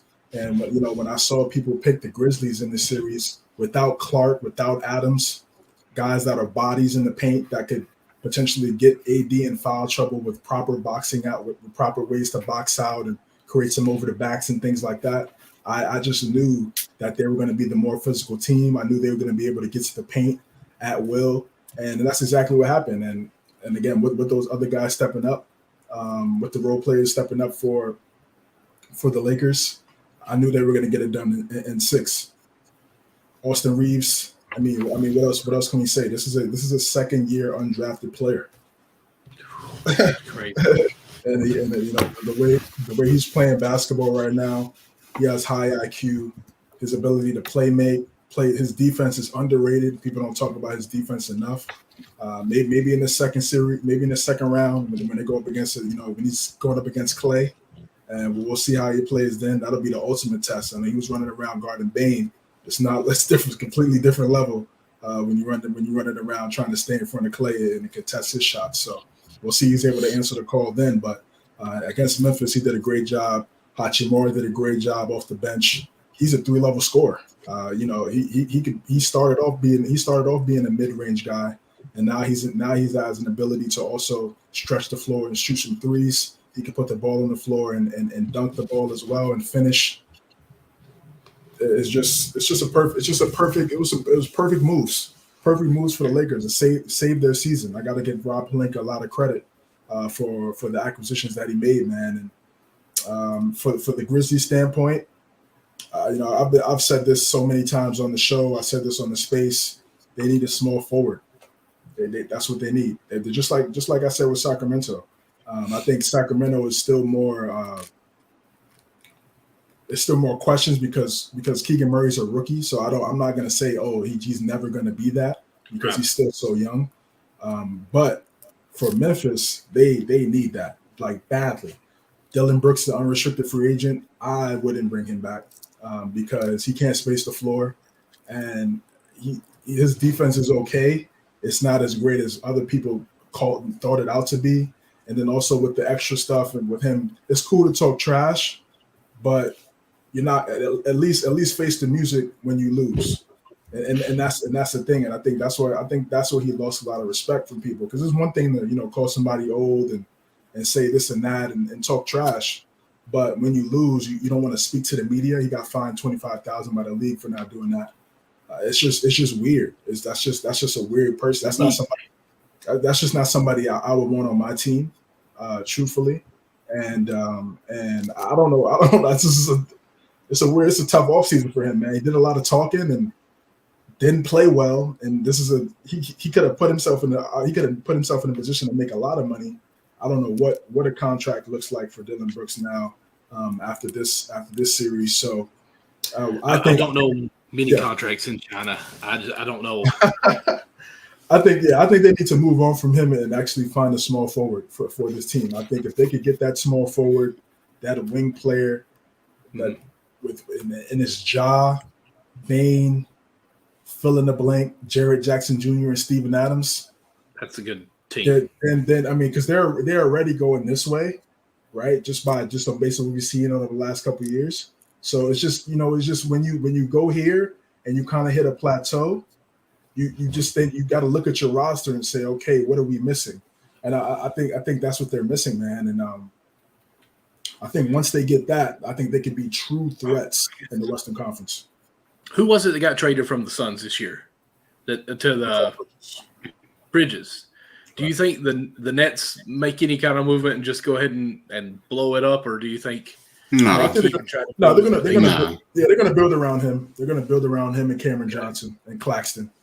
They're another team that just a couple more pieces away. I think a point guard, and we'll see what that other guy what he does. But Nick, I don't think you talked too much on the game. Well, yeah, I started with you, didn't I? But I want to ask you guys this: Grizzlies were hurt, correct? Like they were down. Didn't have Clark. Didn't have Steven Adams. And they took the Lakers in Game 6. Like, part of me wants to say, man, what if the Lakers make it to the finals and they win it? Like, this would be labeled as LeBron's greatest comeback of a team, even though they made trades and all this stuff. Like, this would be a great story for the Lakers. But I think we might need to back it up a little bit and hit the brakes here as far as the way a lot of fans are at least acting like, hey, this team has a chance. And I'm not calling you out on that, CJ, because I know you're calling them. Definitely have a chance. Right. I will say this, though. I will say this real quick. If the Lakers get to the conference finals and they beat Phoenix Suns, because I do predict Phoenix will come out of the series against Denver. If they can beat Phoenix, I think the chances are really, really high. Really high for them. I mean, I'm going to go as far as saying I think the winner of the finals is coming from the West. I mean, I feel like the better teams are in the West. Now, by the time they get done battling and get to the finals, you always have that, hey, well, they exalted everything. East was easier, but you hope there's still, no injuries, right? Right. I'm not wanting to get too much in that to make, I guess, excuses for teams or anything. But my thing is, the Lakers played great, yes, but they did take 6 games to close out against the Grizzlies, who was shorthanded. They're still a good team, though. They're still good. They were the second seed. They were the second seed full strength. Right.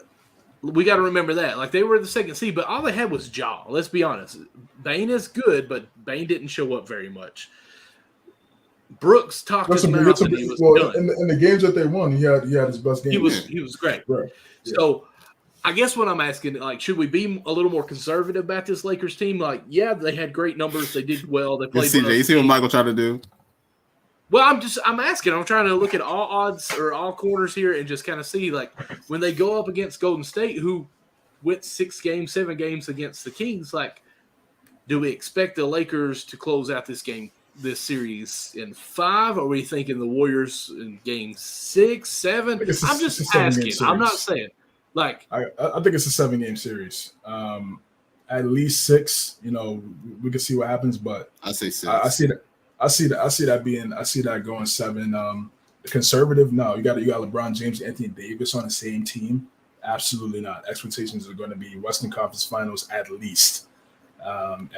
Honestly, finals if healthy. And this is what I'm saying. Like, with both of those guys healthy, that's the only thing I could see. I'm injured. Okay, cool. Obviously, that plays a different factor. Right. But when you rank the players, and this is what I always do. You guys will be laughing at me. We know. When you rank the players,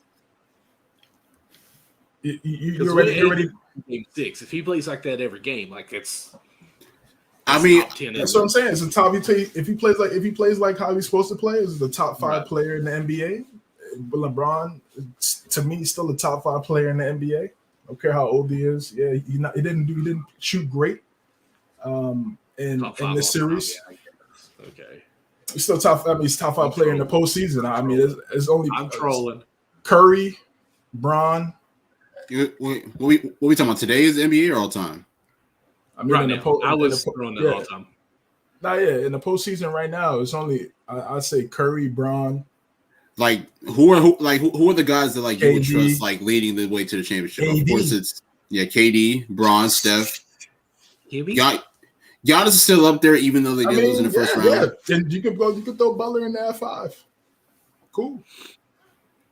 I mean, you can't sleep on Tatum and Brown, and I mean, Tatum's up there. Tatum's definitely up there. So I might put Tatum over Butler for right now, at least, just because he did get to the finals. Jimmy got to the finals too. I mean, that's true. That is true. Dang. How did I forget about that? My bad. They both defeated each other to get to the finals. Yeah. So how did I forget about that quick?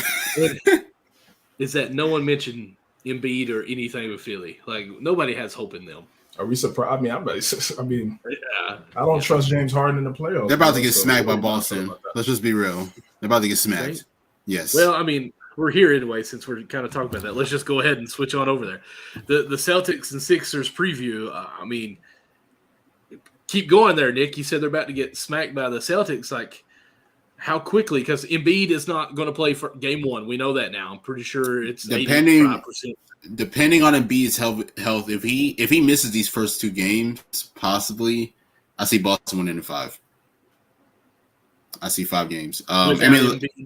Yeah, without it. Well, even if Embiid does come back for like game 3 or so, they might get a win in Philly. But I think Boston right now. And look, I mean, Boston. I'm not gonna say this with confidence because Boston. I mean, look, they got past Atlanta in 6 games, but Boston down the stretch does kind of concern me because a lot of their decision making is a little iffy to me. So, you know, there's definitely some concerns there. But when you talk about a healthy Jaylen Brown, Jason Tatum, Jaylen Brown had a really good first round. Put some respect on him, Michael. But I mean, when you look at the full strength, man. So exactly, player, bro. Seriously, honestly, Jaylen Brown had a really great first round, and then look, I mean, and he can play defense. Then you got the supporting cast, Malcolm Brogdon, who just won Sixth Man of the Year, Marcus Smart, Robert Williams, Al Horford, Derek Williams. I think when you look at their supporting cast, I would probably put it ahead of Philly. Not to disrespect Philly. I mean, they got great guys, Tobias Harris, Anthony Melton, Tyrese Maxey, the rest of these guys. But I think Boston at full strength is an overall better team than what Philly will be. So without Embiid, depending on how long Embiid's going to be out, I would say Celtics win in 5. But if he does find a way to come back in at least game 2, possibly 6, who knows? Yeah, I mean, they're calling it an LCL sprain for a 7-footer, 280 pounds with already injury concerns. I don't know how many games he plays, man. I'm not confident. Even if he does come back, it's not like he's coming back in a series that it's going to be a cakewalk. You go up against the the reigning Eastern Conference champions. They already have your number. He's never beaten the Celtics in the playoffs ever. They clapped them a couple years ago. So it's just this going to be a dog. It's going to be a dog fight either way. You got Robert Williams and Al Horford. Al Horford's had his number for years, and he's still my MVP, but he's not 100%. So it's tough for me to have full confidence in that. So you got an injured Joel Embiid, and you got a James Harden who's spooky in the playoffs, very spooky player. It's just what it is. I don't trust him in the playoffs at all. So I could see 5, man. Again, I don't know how many. I don't know what Embiid's status is. I just don't know. Doubtful for game 1. LCL screen. We saw Kawhi miss the last 4 games? 4 games after he sprained his knee. Or 3 games actually, yeah. Cool. 3 games. 3 games. Yeah. So and this is he's much taller and much bigger. 6s and 7. You don't believe that. You don't believe that. Come on, man. Stop trolling. Stop trolling, bro. Oh. You don't believe that, bro. Unless James Harden turns into Michael Jordan. Can't give me no X's and O's as to how they're gonna get as to how he's gonna get over the hump, bro. Give me X's and O's analysis. I sure will. Yeah, I do think moving forward, I think Tyrese Maxey has to be the number 2 on this team, and I'm looking at for next year. I think Harden, like you said, you can't without Joel Embiid. There's no upset. I'm sorry. There's no upset. It would be a miracle if they beat Boston without Embiid. Let's just be honest. I mean, he's more than likely winning the MVP, and to go past. Which, by the way, they are announcing that on Tuesday. Okay, awesome. Yeah, I mean, Embiid may only miss 1 game. He says. I don't know. Like I said, I don't know how bad. But that's the thing, though. Like even, but that's the thing. Like even if Embiid does come back, game 2 or 3, like I don't think we're gonna get like a strong Embiid. I don't think we're gonna get like 100% Embiid. LCL sprain might need a brace. I'm out. I'm out on Philly, bro. Sorry, guys. I'm out. No, it's over. It's over. I don't want to get. Well, I mean, I want to glorify both the teams and what they have now and kind of stay like head to head what's going to go on during this series. But like, you can't fall into. I mean, it's so easy just to fall into what everyone says. Like, it's what Philly does. They lose here. Like they make it to the playoffs. They are very relevant all year long, and this is where they exit. Like this is their whole story for the past half decade, basically. Yep, that's 5 years. Yep. So, I mean, this really is what we expect, right? The Celtics can come out and just dominate. I mean, Maxey can guard a little bit. Harden doesn't play defense. Harris had a pretty good series last series. That's Brooklyn, yeah. Let's see how he continues to play. I think he has to be very big. He has to prove right now why you didn't take Hemi Butler and went with Harris in this series. He'll never be able to prove that. But if they have a chance, I'm saying he's got to. But yeah, I mean, really, the Celtics has been the top tier team all year long and has been so quiet. You know, I don't understand how the Celtics was the number one seed for a long time. They came out of the gates hot, and people were talking about them, but then they kind of just cooled off as far as in the conversation, and it went to the Bucks and Embiid. I feel like so. I think they have a lot. They're quiet to you. I feel more quiet than what they deserve. I mean, this has been one of the better teams, but still, like I'm about to say because I mean, even I always had Boston over Philly, even with I think we had them over them, but I still feel like quietly talking about how good of a chance that they have to win the finals. Like it's always just been the Bucks or bust really on this, and which they busted. But like so now who's the front runner in the East? Boston easily. Yeah, I mean I think it was going to be between Boston and Milwaukee either way. But I'll be real, even before the playoffs, I still have Boston, even with Milwaukee being the 1 seed. Okay, you did. All right. Okay. And then so for the Sixers, you know, say if they get packed up in 5, which it's very possible.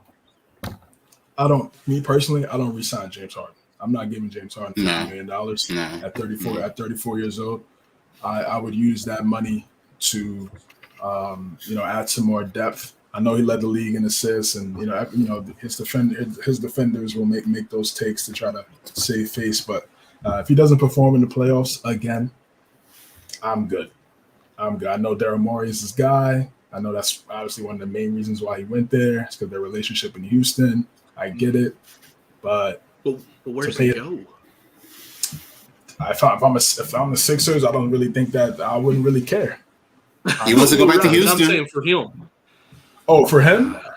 Yeah. Yeah, I don't see that working either because I don't think the timeline works with Udoka. I think we talked about this. I don't know. I don't think Udoka would want. Udoka wants Twitch's defense, and you're going to bring in a 34-year-old guy that doesn't play defense and just has the ball. He can't play off the ball. Right. He needs the basketball in his hands to make an impact. I don't think that doesn't sound like a good fit to me. I don't know where he goes. They might just have to end up re-signing him just like you kind of like what you're saying, Michael. Like what else? You want him in Miami, Michael? No. You don't want defense. No. We play defense, and we actually want to like work hard. Harden there's fat Harden. Hey, James Harden was probably in the best shape this year than he's ever been in his career. Can he win 2 games before Embiid gets back? Because he didn't do it last year against Miami. Remember they were down 0-2 and B came back, then they tied it up 2-2. But that's the thing though, because a lot of people will say that Harden was dealing with the injury too, so it's like I don't know. Everybody's dealing with injuries. Everyone. This is like the 90-something game in the league. So, I'm just telling y'all what they're saying. I know what you're saying, and yeah, I've seen that too. Yeah, this is like game 90-something for everybody, bro. Ain't nobody trying to hear that. If you can't play, don't play. But if you're out there. If you're out there and you're trying to, there's no excuses. You're gonna get criticized. If you lace up, you're able to play your best. That's what it is. Laced up, really. So if he's in the best shape of his career right now, can he win 2 games? No. Can he win? Let's say Embiid comes back game 3. Can they split it? If Harden, what's your confidence level? 1 out of 10. They go 1-1 before, and if Embiid comes back game 3, 1 through 10. Because it's at Boston the first 2 games. I doubt it. Yeah, I doubt it. No, Celtics go up 2-0. So what are we talking about? That's what I'm saying. Like, really, just talking about it. I think Celtics take 1 game from that series or from the 2-game stand at home for Philly. So I think in 5, I think this is over with.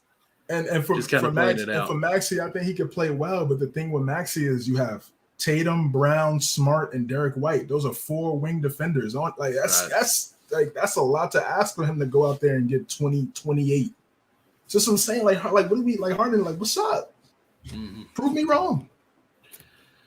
Maybe come on the show next week. Like this guy, game 3 stepped up. That's game true. 1 and 2, he showed out. Prove me wrong. But over the last 5 years, man, been folding. So until I see something different, I'm gonna keep riding with that narrative, bro. And then that's just what it is. Like I said, I like Maxey. I agree with you. Maxey should 1,000% be the second option on this team. Yeah, if he gets that green light, he unlocks his game. He's going to be a special player. He's going to get an extension. I think that's where they need to go, and then find a third guy next to Embiid and Maxey. But like I said, prove me wrong. Right, but also let's be real. I mean, even with the fully healthy Embiid, I still got Boston winning in 6. So either way it is. I mean, it's tough to even say fully healthy Embiid. I mean, I get what you said on the hypothetical level. If he was healthy, I would have gave them a much better chance just based on how Embiid was playing. And honestly, you could take, even though Brooklyn got swept, they did a solid job on him. Loading up. I know the other guys had to make shots, which is it was a team game, so you hope so. But they did a good job loading up. He had to get the ball out of his hands quick. He really couldn't get to his spots as quickly as he would like to. I think he should play a little bit closer to the basket. He plays too far out. So now when you trap him, he really can't make a move. At least you could give it right back in the easier position in the paint. So now they can't completely sell out and trap you like that, because if they do, it's an easier shot for a teammate, or you could just go up and dominate in the and one light work. So, but that's not the case now. So I can't even bring that type of analysis to the table because he's not 100%. It's tough. I feel for Sixer fans, man. Okay. Do. Beginning of the year, we all said if Philly don't go anywhere, that they're done. Doc's fired, Harden's out, blah, blah, blah, fill in the blanks. Might get a pass because Embiid is hurt. That's what I was about to ask. Like, does this Embiid knee hurt hinder that happening, or are we still – because Embiid always gets hurt in the second round as well. Like, one time it was a pinky, wasn't it, where he was out for like 2 games, and everyone was like, wow, this is ridiculous. Like, you're hurt over that and you're out. And then one time it was a knee. I think he missed a game last year or something. So now we're at it again. Broke his face. He had a fracture in his face. Right. Remember Siakam elbowed him. That's right. Yeah. So, I mean, there's got to be a time where these injuries, we got to say, okay, like it's going to keep happening apparently, and move on from this, right? I just don't think. No. Move on from where we're at, I guess. Because, I mean, if Embiid's always going to get hurt, like you've got to be able to have somebody that can step up, another big that can take over like they had with never mind, I'm not even going to go there. That's not good. Get Damian Lillard to Philadelphia. They're going to want Maxey, bro. That's the thing. Make it happen. And keep Harden for cheap. Let that man walk somehow, some way, man. I mean, it would have to be a signed trade with Harden to make the money match. Like, hey, we'll sign him here and trade him to Portland, because I mean, Portland could use Harden, I think, because they're in rebuild anyways. Like, okay, Harden, keep us, some, or just trade Harden and then Harden get a buyout from Portland, if that can happen. I could see that more than anything, but. Yeah, I'm with you. Like, it's got to be someone a superstar caliber that can take over when Embiid's out for the game. But Portland wouldn't take that trade. They're going to want Maxey. They want someone to build with. They're going to want somebody that's going to be there. Yeah, they're not going to take Harden when they know Harden was going to have 1 foot in. But I mean, they're already technically in rebuild anyways. Well, I get what you're saying, but it's like they're like 3 years out rebuild. Yeah, but why? Yeah, but I'm saying, why would they take that deal? Why would they just give up Lillard for Harden when they know Harden won't stay? That's a bad trade. I see what you mean. They wouldn't do that. And again, I have my criticism for Trailblazers. Don't get me wrong. They've been the most questionable team in the NBA. But I mean, if you get to me, anyways, they're going to be wanting first-round picks more than anything. And I think if they could get enough first-round picks in the deal with a Harden and then basically buy him out and be out, that might be more tempting. Just, I mean, we're looking probably 4 or 5 first-round picks plus Harden and probably, like you said, Tyrese as well, just to say that's someone that we can use for our future. Harden, we don't even care about you. It's just to make the books work. And now we got our 4 to 5 first-round picks with basically Tyrese. I could see that happening. Well, they gave up 2 first-round picks when they traded Ben. Let's not forget that. So, right. So they how many do they don't have them, I guess. Right. So listen, Daryl Morey. They traded Ben. They gave up 2 first rounds. Yes, they did. Yeah. Yep. But this is my thing with Philly though. Because Ben's not even playing. But this is my thing with Philly though, because we all agree that in this day's NBA, you gotta have 2 All-Stars on your team. So if they don't work with Harden, and look, I love Tyrese Maxey, but he's had a great past few years, but I do question if he's really like the second option for a team that could help you get a championship. He may be, and we never know. But like as right now, I don't really see it. So it's like, why? You know what I'm saying? I'd rather. Yeah, go ahead. My bad. No, you good. Go ahead. I say I'd rather find out than pay Harden $50 million over 4 years. I get that. To repeat what we're constantly doing. We're already seeing. Exactly. So it's like. So, at least. And Tyrese, I think he's 2 years into the league? Like this is his second year? Or is this his third? This is year 3. Three. So, technically he's still growing, he's probably not even 24 yet.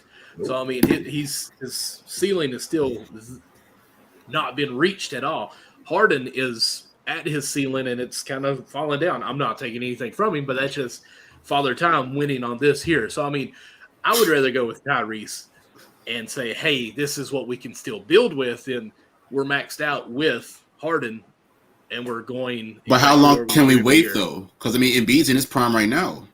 I agree. I think 2 years tops with this. I think Max is ready to go. In my opinion, I think he's ready to go. If you say there's only way that we'll find out is with Harden not there. If you put the basketball in his hands and let him be the wing, because that's what you need with a dominant big. We've seen it historically.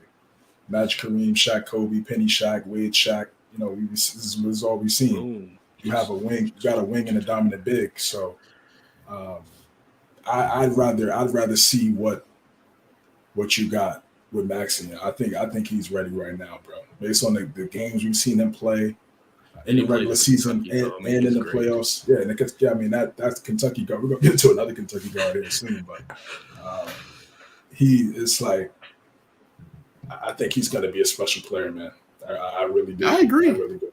Yeah, I know you agree. I know. I'm just saying, it's just I would rather build that roster with that 50 mil per, as opposed to it's much cheaper. And then you're gonna have to pay Maxey. Maxey's eligible for a over $200 million contract.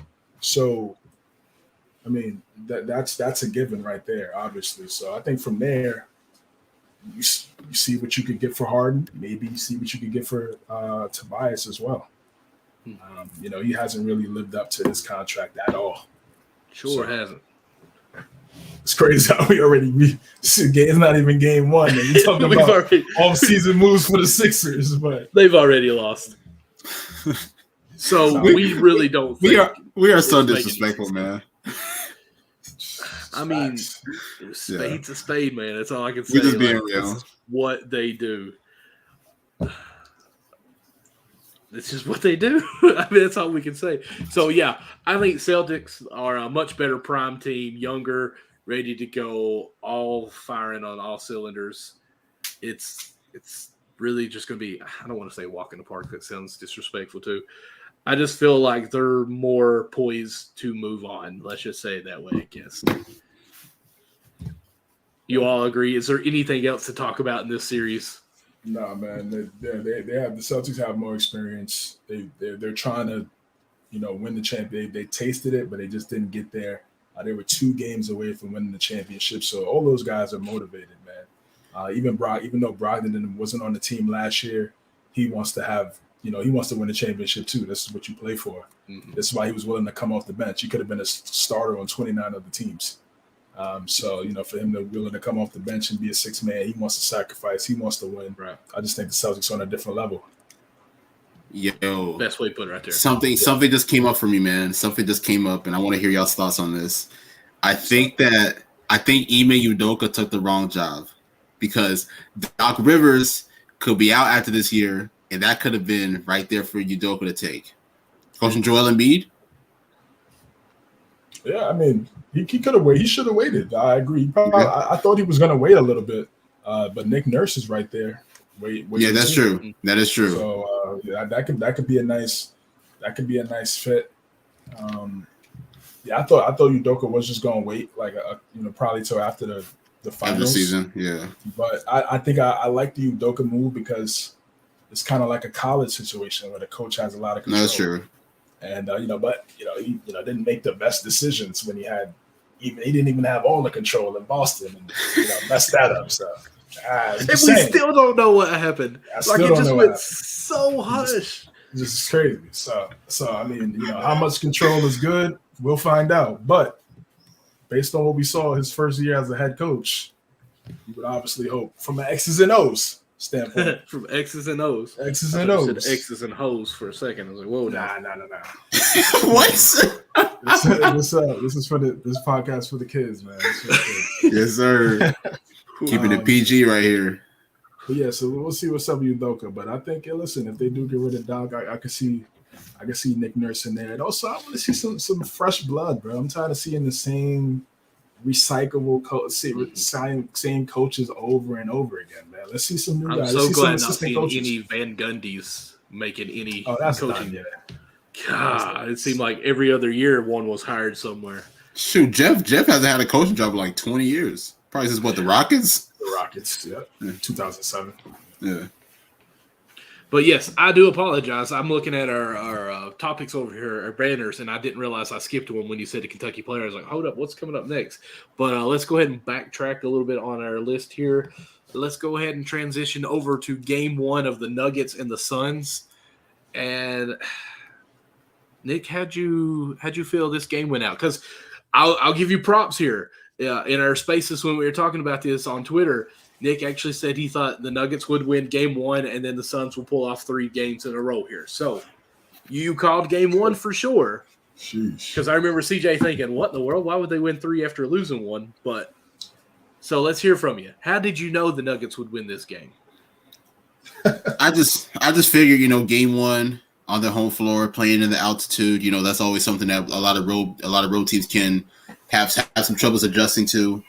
Having the energy, the crowd behind them. I just feel like Denver was going to come out better. Give credit to Jamal Murray. Really led the way, set the tone for them offensively. I think Denver defensively is pretty good as well. And and they got the job done. I think they ended up winning. I think they won by 18 points. They ended up leading by 20 plus points. So I mean, they had pretty much full control of the game, especially in the second half. I thought the Sporting Cavs to 107. Okay, yeah, 18 point win. So the supporting cast for Denver stepped up significantly. Bruce Brown had a strong showing overall, and just definitely give credit to Denver. I mean, Phoenix have some adjustments. I think that this is going to be. And look, I know CJ's not high on this guy, man, but I need to see a stronger showing from DeAndre Ayton, especially defensively, man. Going up, I mean, you have the task of defending the reigning 2-time MVP in a lot of people's eyes. He's going to win the third one. Who knows? But, you need to come out assertive. You need to come out locked in and ready, honestly. Because obviously, he's probably going to be – I mean, I'm sure we all know he's probably going to be limited offensively, especially when you have guys like Devin Booker and Kevin Durant who's going to be leading the way for them. So how can you make your presence known in this series? And it's going to have to be defensively. Now, there was a lot of moments where – A was trying to defend drop coverage, and now you got Jokic rolling to the basket. I actually sent CJ a clip that I ended up cutting up earlier today, and I'm like, come on, man, you gotta be locked in, you gotta be ready. So Nuggets took game one, kudos to them. I think that Phoenix will bounce back and get game two. I think that Kevin Durant and Devin Booker will have a strong showing in that contest, and game 3 and 4, we'll see. I mean, it's up for grabs. I mean, I do predict that Phoenix will probably win those games 3 and 4, but this is going to be a good series. I think it goes at least to 6. I see this series going 7. Remember when I said one of the top plays was LeBron and AD pick and roll screen action? Mm-hmm. Jamal Murray, Nikola Jokic, also in that category as well. What are you going to do? Because, man, the way Murray we talk about playoff Jimmy. I guess playoff Jamal. I don't know. I mean, I guess when you play well in the play, you get the playoff in front of your first name. It's just he's been sensational. since 34 points, 5 rebounds, 9 assists for the game. Just throwing that out there. Keep going. Had a 40-point game in the first series in round one. Had a 35-point game in round one. He turns it on. Had a phenomenal layup in transition on Kevin Durant yesterday. He's an excellent shot creator. I mean, I'll start here with Ayton, man. I just don't see it. I don't see it. You look at Kevon Looney. This guy goes out there. He knows he's not going to get. He knows he's not going to get 10 touches in the game. Unless he gets an offensive rebound. Unless he gets offensive rebounds and puts it right back up. You telling me this dude, number one pick? This guy was a number one pick in the 2018 draft. Great draft class, by the way. One of the best. Really great. In the last 2 decades. But this guy, man, he's just not he's not dominant enough for me as a center. I would never pick him as my starting center if I started the team. Never, ever at all. Doesn't do enough for me. Doesn't change the game on defense. Doesn't get any offensive rebounds. Right. This guy has 30, this guy gets 30 plus minutes. Can only get 7 rebounds. KD had 14 rebounds. Jokic had 19 rebounds. Yesterday in game 1. He had 7. Okay. With the amount of possessions that these guys and the amount of shots that these guys take in the modern day NBA, you're 7 feet tall. You only can get 7 rebounds. And we just saw Kevon Looney in a game 7 get 21. Stop it. I would never take him ever at all if I was starting the team as my starting center. Not even close. Defensively, he's not there. The effort's not there. When he'll set a screen, doesn't really fully roll to the basket. He just likes to take that little mid-range shot. Yep. Like, what do you – so, he doesn't bring the physicality for me that I want from a center. And that's just what it is, man.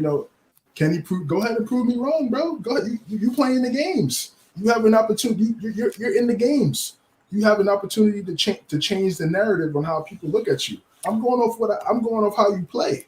So until that changes, I'm gonna keep that narrative going, man. So he's in that spooky playoff player list for me, bro. He's right there up there with some of these other guys. And if he's not able to make Jokic work defensively, Jokic is gonna have a field day. He's gonna have a field day on this guy. It's gonna get him in foul trouble. Then Biyombo comes out there. That's food for Jokic. The thing what I see from Phoenix, I see a lot of one-on-one. I see a lot of they take a lot of turns. Booker, you go ahead and it's Booker's show. Then it's KD's show. Then it's back to Booker. OCP3, you want to get a couple mid-ranges in? Go right ahead. Then it's your time. Is that how sustainable is that? And this goes right back to what you were talking about when you asked the question about is Monty Williams a top tier head coach? I don't think so. Top tier 2, sure. 64 wins last year. They had a great season. Went to the finals. Of course, top second tier, but top 1, absolutely not. They need to. I think he needs to expand his rotation a little bit more. Terrence Ross could score 10 points in a game at least. Like, why is he not even seeing the court? TJ Warren can score. Why is he not seeing the court? I'm not asking for these guys to get 25 minutes, but you got Shamet out there. Why can't Terrence Ross and TJ Warren see a couple minutes? Why do we have to wait until they play in Phoenix for them to get some minutes? Terrence Ross hasn't got any minutes at all. Why would you pick him up if you're not going to play him? That's weird to me. So I think they're really playing like 7 guys, 8 guys. It's Biyombo and Shamet from what I've seen. All the guys that come off the bench and make an impact. So Craig got 24 minutes, I think, but still. Craig's a starter. Yeah, he's a starter. So he didn't start this game, did he? Or he didn't. I thought he started, but either way, he's not a great floor spacer either. So he's gonna have to step up. I just think the depth for Denver it could play a factor, man. Could really play a factor. Jamal Murray, Jokic, Michael Porter Jr. played well. Aaron Gordon had a really good game. KCP made some big shots. We know Bruce Brown was just a teammate of Kevin Durant last year, so he knows a couple of his tendencies. And he was stripping KD. You know, KD likes to do that little swing crossover and then rise up. He was stripping him and taking the ball away from him during that time. I think KD had 7 turnovers in this game. Listen. This kid this could get bad. I don't like the taking turns. I'm not a fan of that. I'm really not. They could play within the offense. I like to see some KD book screen action. Why can't we see that? Well, I want to ask you that because I was going to talk about that. Who do you want setting the pick? Truthfully, it doesn't matter, right? Because that's where Kevin Durant. I want Book and KD set the screen. You know teams in there. All they do is switch anyway. Nobody fights over the screen. So either one of those guys are going to get a mismatch. Right. That should be. I'm not saying do the play every possession, but at least when like last 6-7 minutes in the fourth quarter, let's get a mismatch. And then if they double, make the right read. But man, it's just there needs to be a little bit more ball movement with the Phoenix Suns and Chris Paul. This is a new role for him. He's never been a spot up ever. Mm-hmm. Ever. So for him, and I think another thing is these guys really didn't play a lot of games together. They only played KD. Remember, KD missed a lot of time and he got hurt. Like 8 games, 9 games together, I think. Something small like that. Yeah, exactly. Something, like less than 20 games for sure. Let's just say that. Yeah. Definitely less than 20 games with this course. So Denver, they've been rocking for even with Murray out. Though some of those other guys had to step up and fill in certain roles, so they know how to switch, turn the switch on and off depending on the situation. That's like a blessing in disguise a little bit. When you miss one of your top guys and some of those role players step up, even though they didn't win those series, but they still have confidence. So, man, I think it's.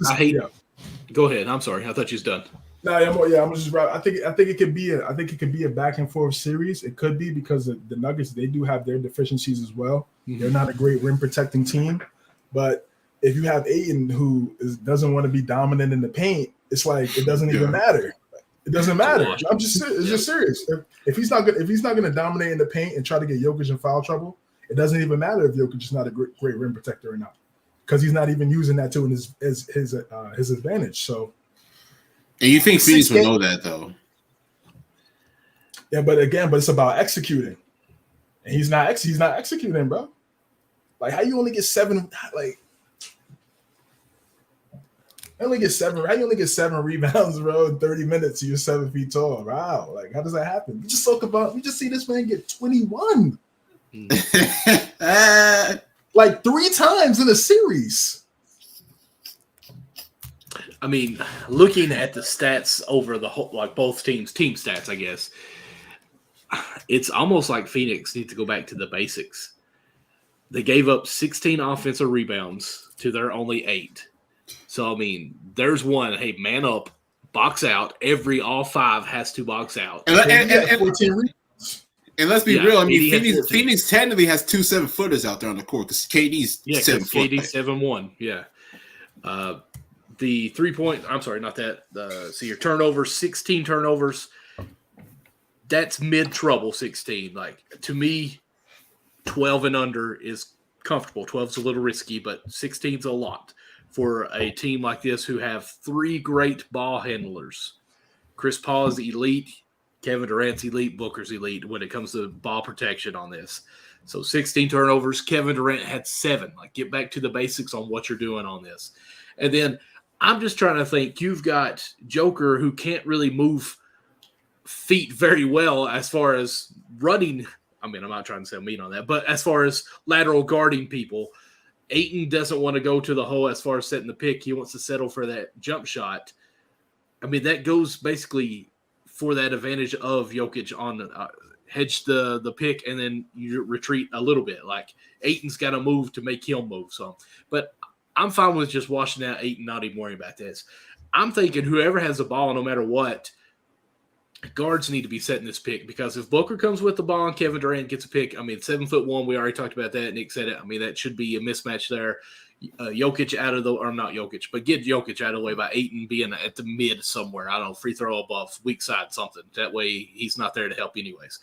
If KD has the ball, I'd like to see Chris Paul and Booker both setting him a pick, because if they switch, which is what they do, that you got a guard on them. And Kevin Durant, 7 foot, with the many tricks that he has in his bags against a small guard, he should be able to hezzy one time and just go ahead and drive one way, put the back to him, put him on the post basically, and just eat down there. So I would like to see some, basically, I'm going to say this, get ready, a LeBron James offense style where he's got the guard setting him a pick to get that small switch and bully ball Kevin Durant right here. That's what I think should be doing, or should be happening a little bit for this, to get those easy matchups, easy points.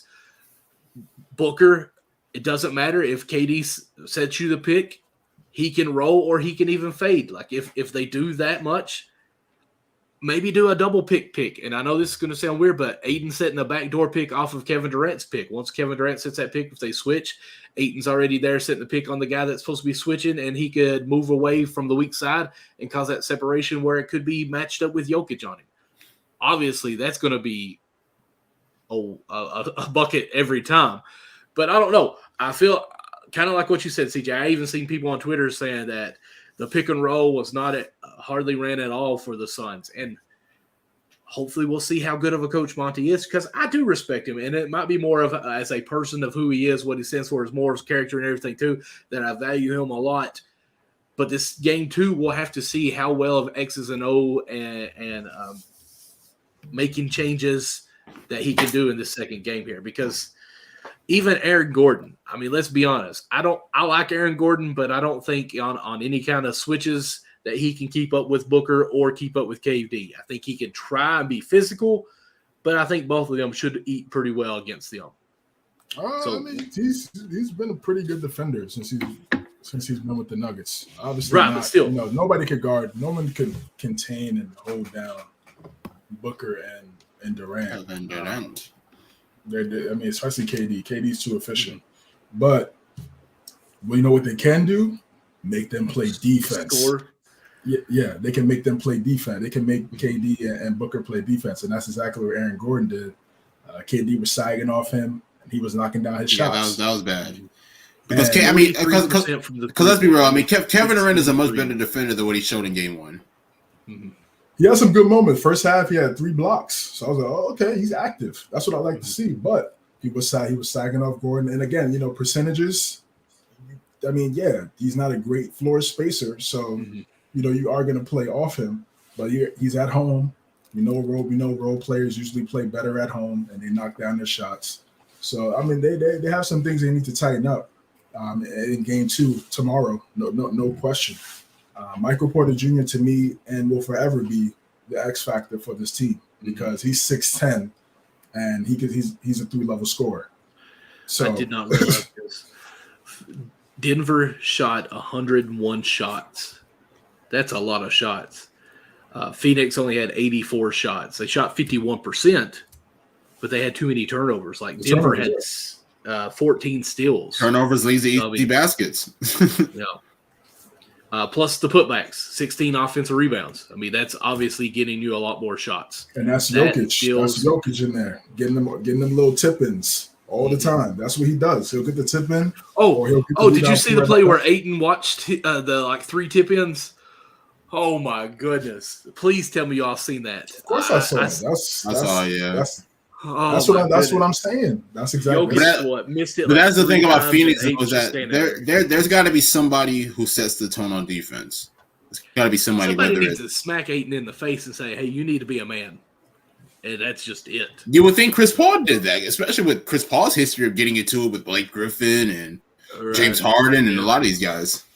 Just got to figure it out, bro. I mean, these guys are at the top of the league. You know what I mean? They're playing in the NBA. It's just, when is it? You don't want to look. You don't want to look back. Facts in the A. You don't want to look back when you're 30, 35, 36, and you're like, whoa. That's not. I'm just saying. As in basketball terms, as you get older, and the team may not look the same, or you may not be on the same team.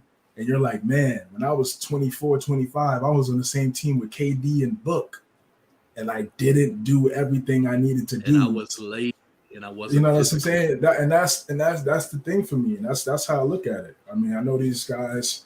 I'm not saying he's not a hard worker or anything like that. You know, he put himself in this predicament to get to the A, but when you talk about the playoffs, everything is looked at, everything is scrutinized. So people are looking at you. There's a bigger spotlight on you now in this team now than it was 2 years ago when they went to the finals because you have Kevin Durant. So you got fans that never even cared about the Suns watching you now. Because you brought in one of the greatest players to ever play. So it's just like, so when you see that clip that you just talked about, that's not a good look. And these guys are on their phones all the time. That's not a good look. Change the narrative. That's the beauty of the game, is you have an ability to change the narrative. That's why we salute guys like Curry and LeBron. Whatever people used to say or whatever criticisms they had, they changed the narrative based on how they played when it was time. Look at Curry. Oh, 3-3. They're on the road. This is not a good road team. What does he do? 50 burger. You know what I mean? Like that's what you do. Always pulls out the hat. Yeah, man. Speaking of the Warriors and LeBron, what do we think about this series? Like, what a monumental matchup in round 2. LeBron and Curry again. Nick, it's your team now that they won. You know, after Game 6 it wasn't your team. How do you think this is going to pan out this series? Are you going to be with them through 6 games, or are you going to bail on them again? I'm always with them, baby. Always with them. Okay. I'm always with them, man. I originally thought that this was going to go 6, but I think it goes 7. I think both of these teams are very well coached. I think both of these teams, have really great supporting cast. Well, Warriors somewhat a little iffy, but they don't have Otto Porter Jr., man. But no, I mean, I'll be real, man. I mean, this is. I hope you have this jersey. I don't have this jersey, man. Unfortunately, not. But man, I mean, what more can you expect? LeBron against Stephen Curry for like the 5th time. 4 straight finals appearances. Now, 5 years later, we're getting it again. This time in the Western Conference matchup. So, there's a little bit of animosity there. I'm sure LeBron's going to be definitely motivated. Considering his history against Golden State. So, I expect this to be a really great back and forth series. I think Golden State gets game 1. I think they set the tone on their home floor, and I wouldn't be surprised if Lakers turned it around and get game 2. Honestly, but it really does come down to the supporting cast for me, though, because I mean, like I said before, the Lakers, they have a really great supporting cast. We saw what D'Angelo Russell did in that game 6. We saw how guys like Austin Reeves and Rui Hachimura began the series. Austin Reeves had that really great 4th quarter in game 1, so it may come down to those type of guys. So for Golden State, we're going to need another monster rebounding performance from Looney. We're going to need Jordan Poole to step up to the table. If Kuminga can get in, and give us some good minutes, that'll be great. So it really always, I mean, of course, the stars are going to do what they do, you know what I'm saying? But it's really going to come down to, like, who are the other guys and who can really contribute at a high level. So it's going to go with 7. I'm going to go Golden State in 7, I guess. I got to rock with the team. But, I expect this to be a really great back and forth series, man. I'll be real, man. There's been a lot of great matchups in these playoffs so far. First round and now moving forward. It's been great. What was that? What was it? Somebody was scratching on a record there for a second. Oh, that's my bad. I was scratching some off my laptop. That was probably me. My bad. Oh, golly, man. This laptop is so sensitive, man. You hear everything. Jane. Well, I mean, we're kind of doing a live podcast where we're talking like we're supposed to hear what you're saying, man. I mean, like, but dang, I can't believe this microphone's picking me up while I rub like around on it. Like, that's crazy. I didn't know it could hear like every little thing. Like, it's crazy. I got the Lakers in 7. Couple takes. 2 words: Anthony Davis, and he has to be dominant. He has to be dominant in the paint in the series. Have to get Draymond in foul trouble. That changes the whole game. boxing out, making it tough on Looney. Looney's not going to be able to do the things he did against Sabonis. This is not Tomas Sabonis, man. This is a different level of player in the front court. Some of the things that I see from the Lakers is they have lulls where they play too much isolation ball, and they go through possessions where they're not scoring. Mm-hmm. Not against this team. Not against, especially in transition, the way they move, the way Curry could, the way we thought transition layups were the easy play. For that guy, transition threes are the transition layups for the Golden State Warriors. So this is going to be a chess match. Obviously, Steve Kerr's a better coach than Darvin Ham just because of an experience level and on all factors. He's played in everything, coached everything, coached LeBron multiple years in the finals. So this is going to be a phenomenal series, man.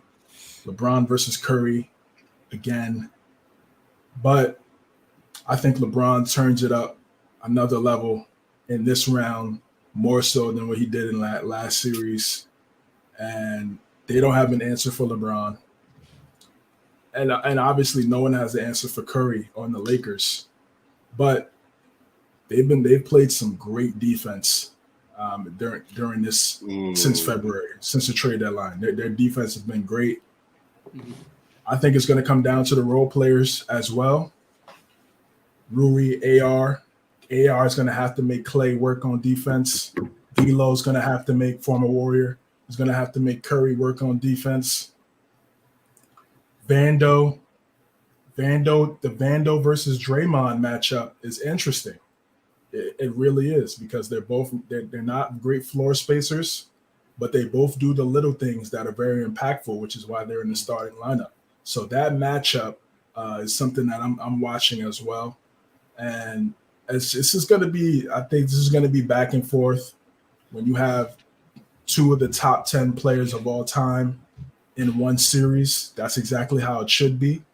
So I'm going with the Lakers in 7 because I mean, again, they have the better duo.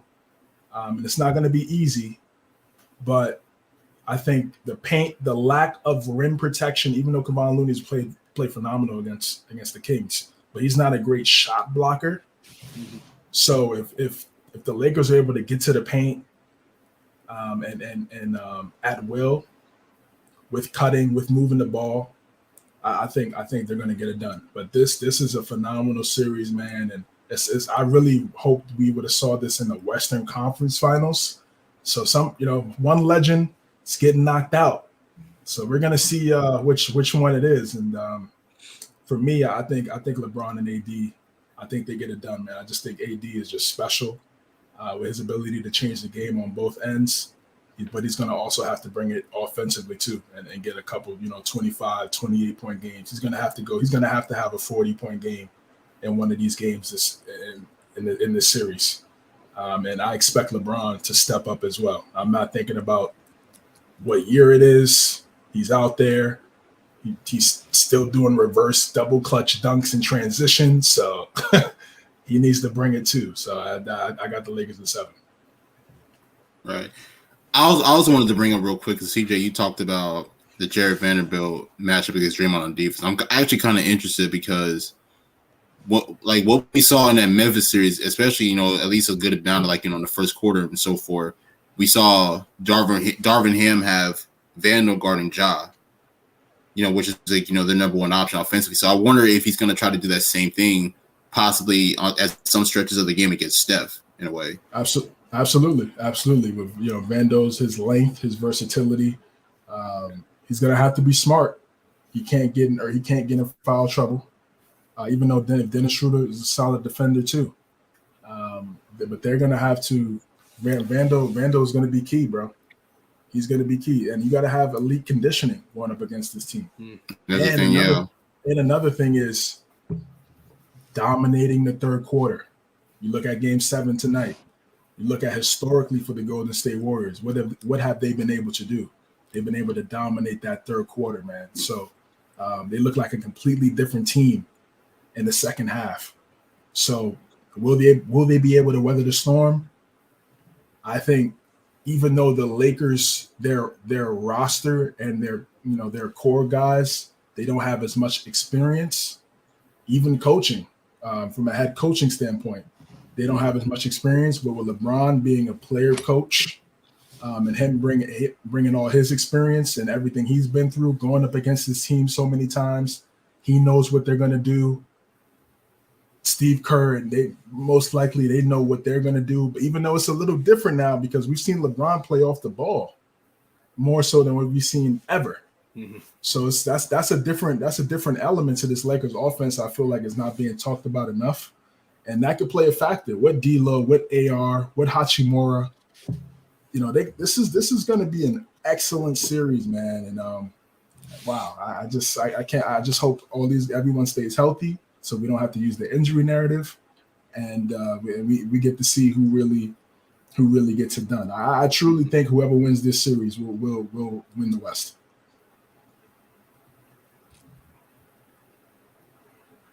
And you see, I already picked the Lakers, so yeah, Michael. Okay, I'm going to say this.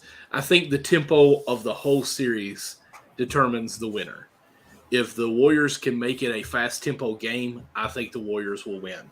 I think if the Lakers can slow the game down, put it in half-court sets a lot more, and not let the ball do stupid things around where Curry just randomly catches it after it bounces off 18 people's heads and is like, hey, I'll just shoot a three and make it, and minimize outrageous plays, if that makes sense, I think the Lakers can win it. It's got to be more of a ground pound. I'm going to say 70 shots or less from both teams for the Lakers, I think, to win it. I'm going to pick the Warriors because when we first started talking before after the playing games, I said I'm going to go with the Kings because they haven't proved me wrong yet. But if the Warriors get out of the first round, I got the Warriors going all the way because it's the Warriors. How can you go against them? So I'm going to go ahead and stick with that and say the Warriors wins this, but I think it's going to be 6 or 7. I just feel I just feel like there's more of a top 5 than top 5 of the Lakers. I mean, I'm banking a little on Wiggins actually playing better than what he played last series because I think Wiggins is a big X factor for this, what he's going to bring on defense and his scoring ability as well. I feel like Wiggins can take it at next level. He's been hurt. He's just now back. I still think he's a bit rusted, and I'm counting on him playing better. So that's where I'm going with the Warriors on that. There's a little motivation. Be some motivation for D'Lo too. I mean, he got traded for Wiggins. That's true. A few years ago, so there might be some internal motivation. The way the Warriors play defense, I'd like to see some more shots in the mid range. We saw against Toronto. We saw Kawhi, do that a lot in that mid range in the finals. Mm-hmm. Reeves, D'Lo, Hachimura all excel in the mid range. Mm-hmm. So this is going to be a beautiful chess match, bro. And again, you have to play drop coverage. That big can't step up, especially the AD setting the screen. So that mid range is going to be open all day. And I agree with you. The Lakers, if the Lakers can make it a half court game, they have a shot. They stay in front of guys, but you have to be alert. You have to be disciplined. You can't foul jump shooters because you can't get guys like Curry and Clay on the line for 4-point plays. We saw Clay get a 4-point play. We saw Curry get a 4-point play in this Game 7 against Sacramento this afternoon. So this is and for the Warriors, same thing. They got to be disciplined. I mean, you can't let LeBron get in transition. If you touch him, it doesn't matter. He's too strong. He's still going to be able to finish. Same thing for AD. This is a phenomenal series. I can't wait till the ball goes in the air, man. Dubs. It's tough to say on this one. Like, this is going to be a great series. That's for sure. Steve Kerr is 19-0 against the Western Conference. Yeah, I think that changes. After the series. As calmly. Yeah, I think that changes. All right, boys. We are at 2 hours, 19 minutes, just now passed by. We covered all the games that happened, all the games that are coming up. Y'all got anything else y'all want to talk about, or are we calling it a wrap right here? Man. I mean, we broke every team down. Yeah. This second round, especially in the West, star-studded, bunch of legends, future Hall of Famers. In that Final Four over there in the Western Conference. Sucks that Embiid is out over there in the Eastern Conference for that Final Four. Miami and New York, that's going to be a physical matchup as well. So this is these Final 8. We got some good games, man. So I can't wait. And out of the Final 8, 2 teams don't have a Kentucky player. Come on, man. Warriors, Celtics, do better. Do better. Yeah. But with that being said, Nick, where can everybody find you? Yes, sir. Yes, sir. First and foremost, follow us on all platforms at MNC Hoops. Subscribe to the YouTube channel as well, On the Road to 100. And make sure you guys check us out on all podcast platforms per se, Apple, Spotify, wherever you listen to your podcast. Give us 5-star reviews. I think that we are deserving of that. As for me, follow me on all platforms, Instagram, Twitter at NickAndreATR. Check out my link tree in the bio. You can check out all my work, podcasts, articles, you name it. All 3. Let's see all 3 cups. Let's get them up. MNC Hoops Cups. Guys, go subscribe to the YouTube channel. When we get to 100 subscribers, in which we're at 68 right now, we will pull from one. We're at 69. Somebody else subscribed. Hey, we're at 69. No, I'm saying we were at 69, but then somebody else subscribed, or I don't know, a page that deleted or something. It's all good, though. But when we get to 100, out of our first 100, somebody will be winning that cup. We will do a random draw where you will be one of 4 cups in your possessions. You should feel pretty privileged on that. So go subscribe to our YouTube. You can actually, right down below, you can see Linktree, MSN, Hoops. Right there tells you everything of our platform of what we're on. TikTok, Instagram, Facebook, Twitter, YouTube, you name it, we are there. There's a presence. You can find me. I'll just go ahead and go see Jay since I'm talking. You can find me at basically anywhere that has MNC Hoops on it. I'll be there. So just go and click me. I don't care if I get famous. I want our show to get famous, okay? But, yeah, that's about it. MD Lawson 00. Type that in anywhere, you'll find me. CJ, go on. MSC Hoops on Instagram. We're doing some really big things over there with the Reels. Shout out to everybody, liking the Reels on TikTok.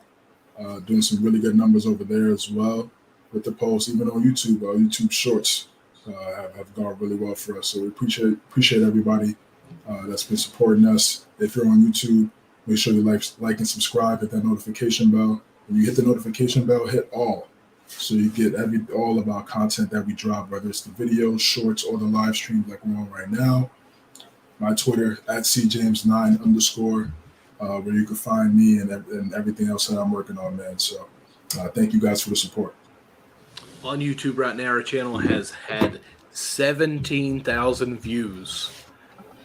We relevant, boys. Just we need your follows. We need your subscribes. So still got a long way to go. We're going to keep working. We're going to keep staying consistent until we get to where we got to go, man. People, all endorsements, they need to go ahead and be on the lookout, man, because you're going to hear the name MNC Hoops soon. Very soon. Absolutely. But with that being said, are we doing a show on Wednesday? Sure. Let's do it. Look for us. Keep this content on rolling. Wednesday. We'll just keep it going. With that being said, though, guys, you all have a great night, and gals, of course. We thank you all so much for the follows, like, subscribes, all the comments. You all have a great week, and we will see you guys at the Midi on Wednesday about 9 o'clock at the same time. Until then, guys, have a good one. Deuces.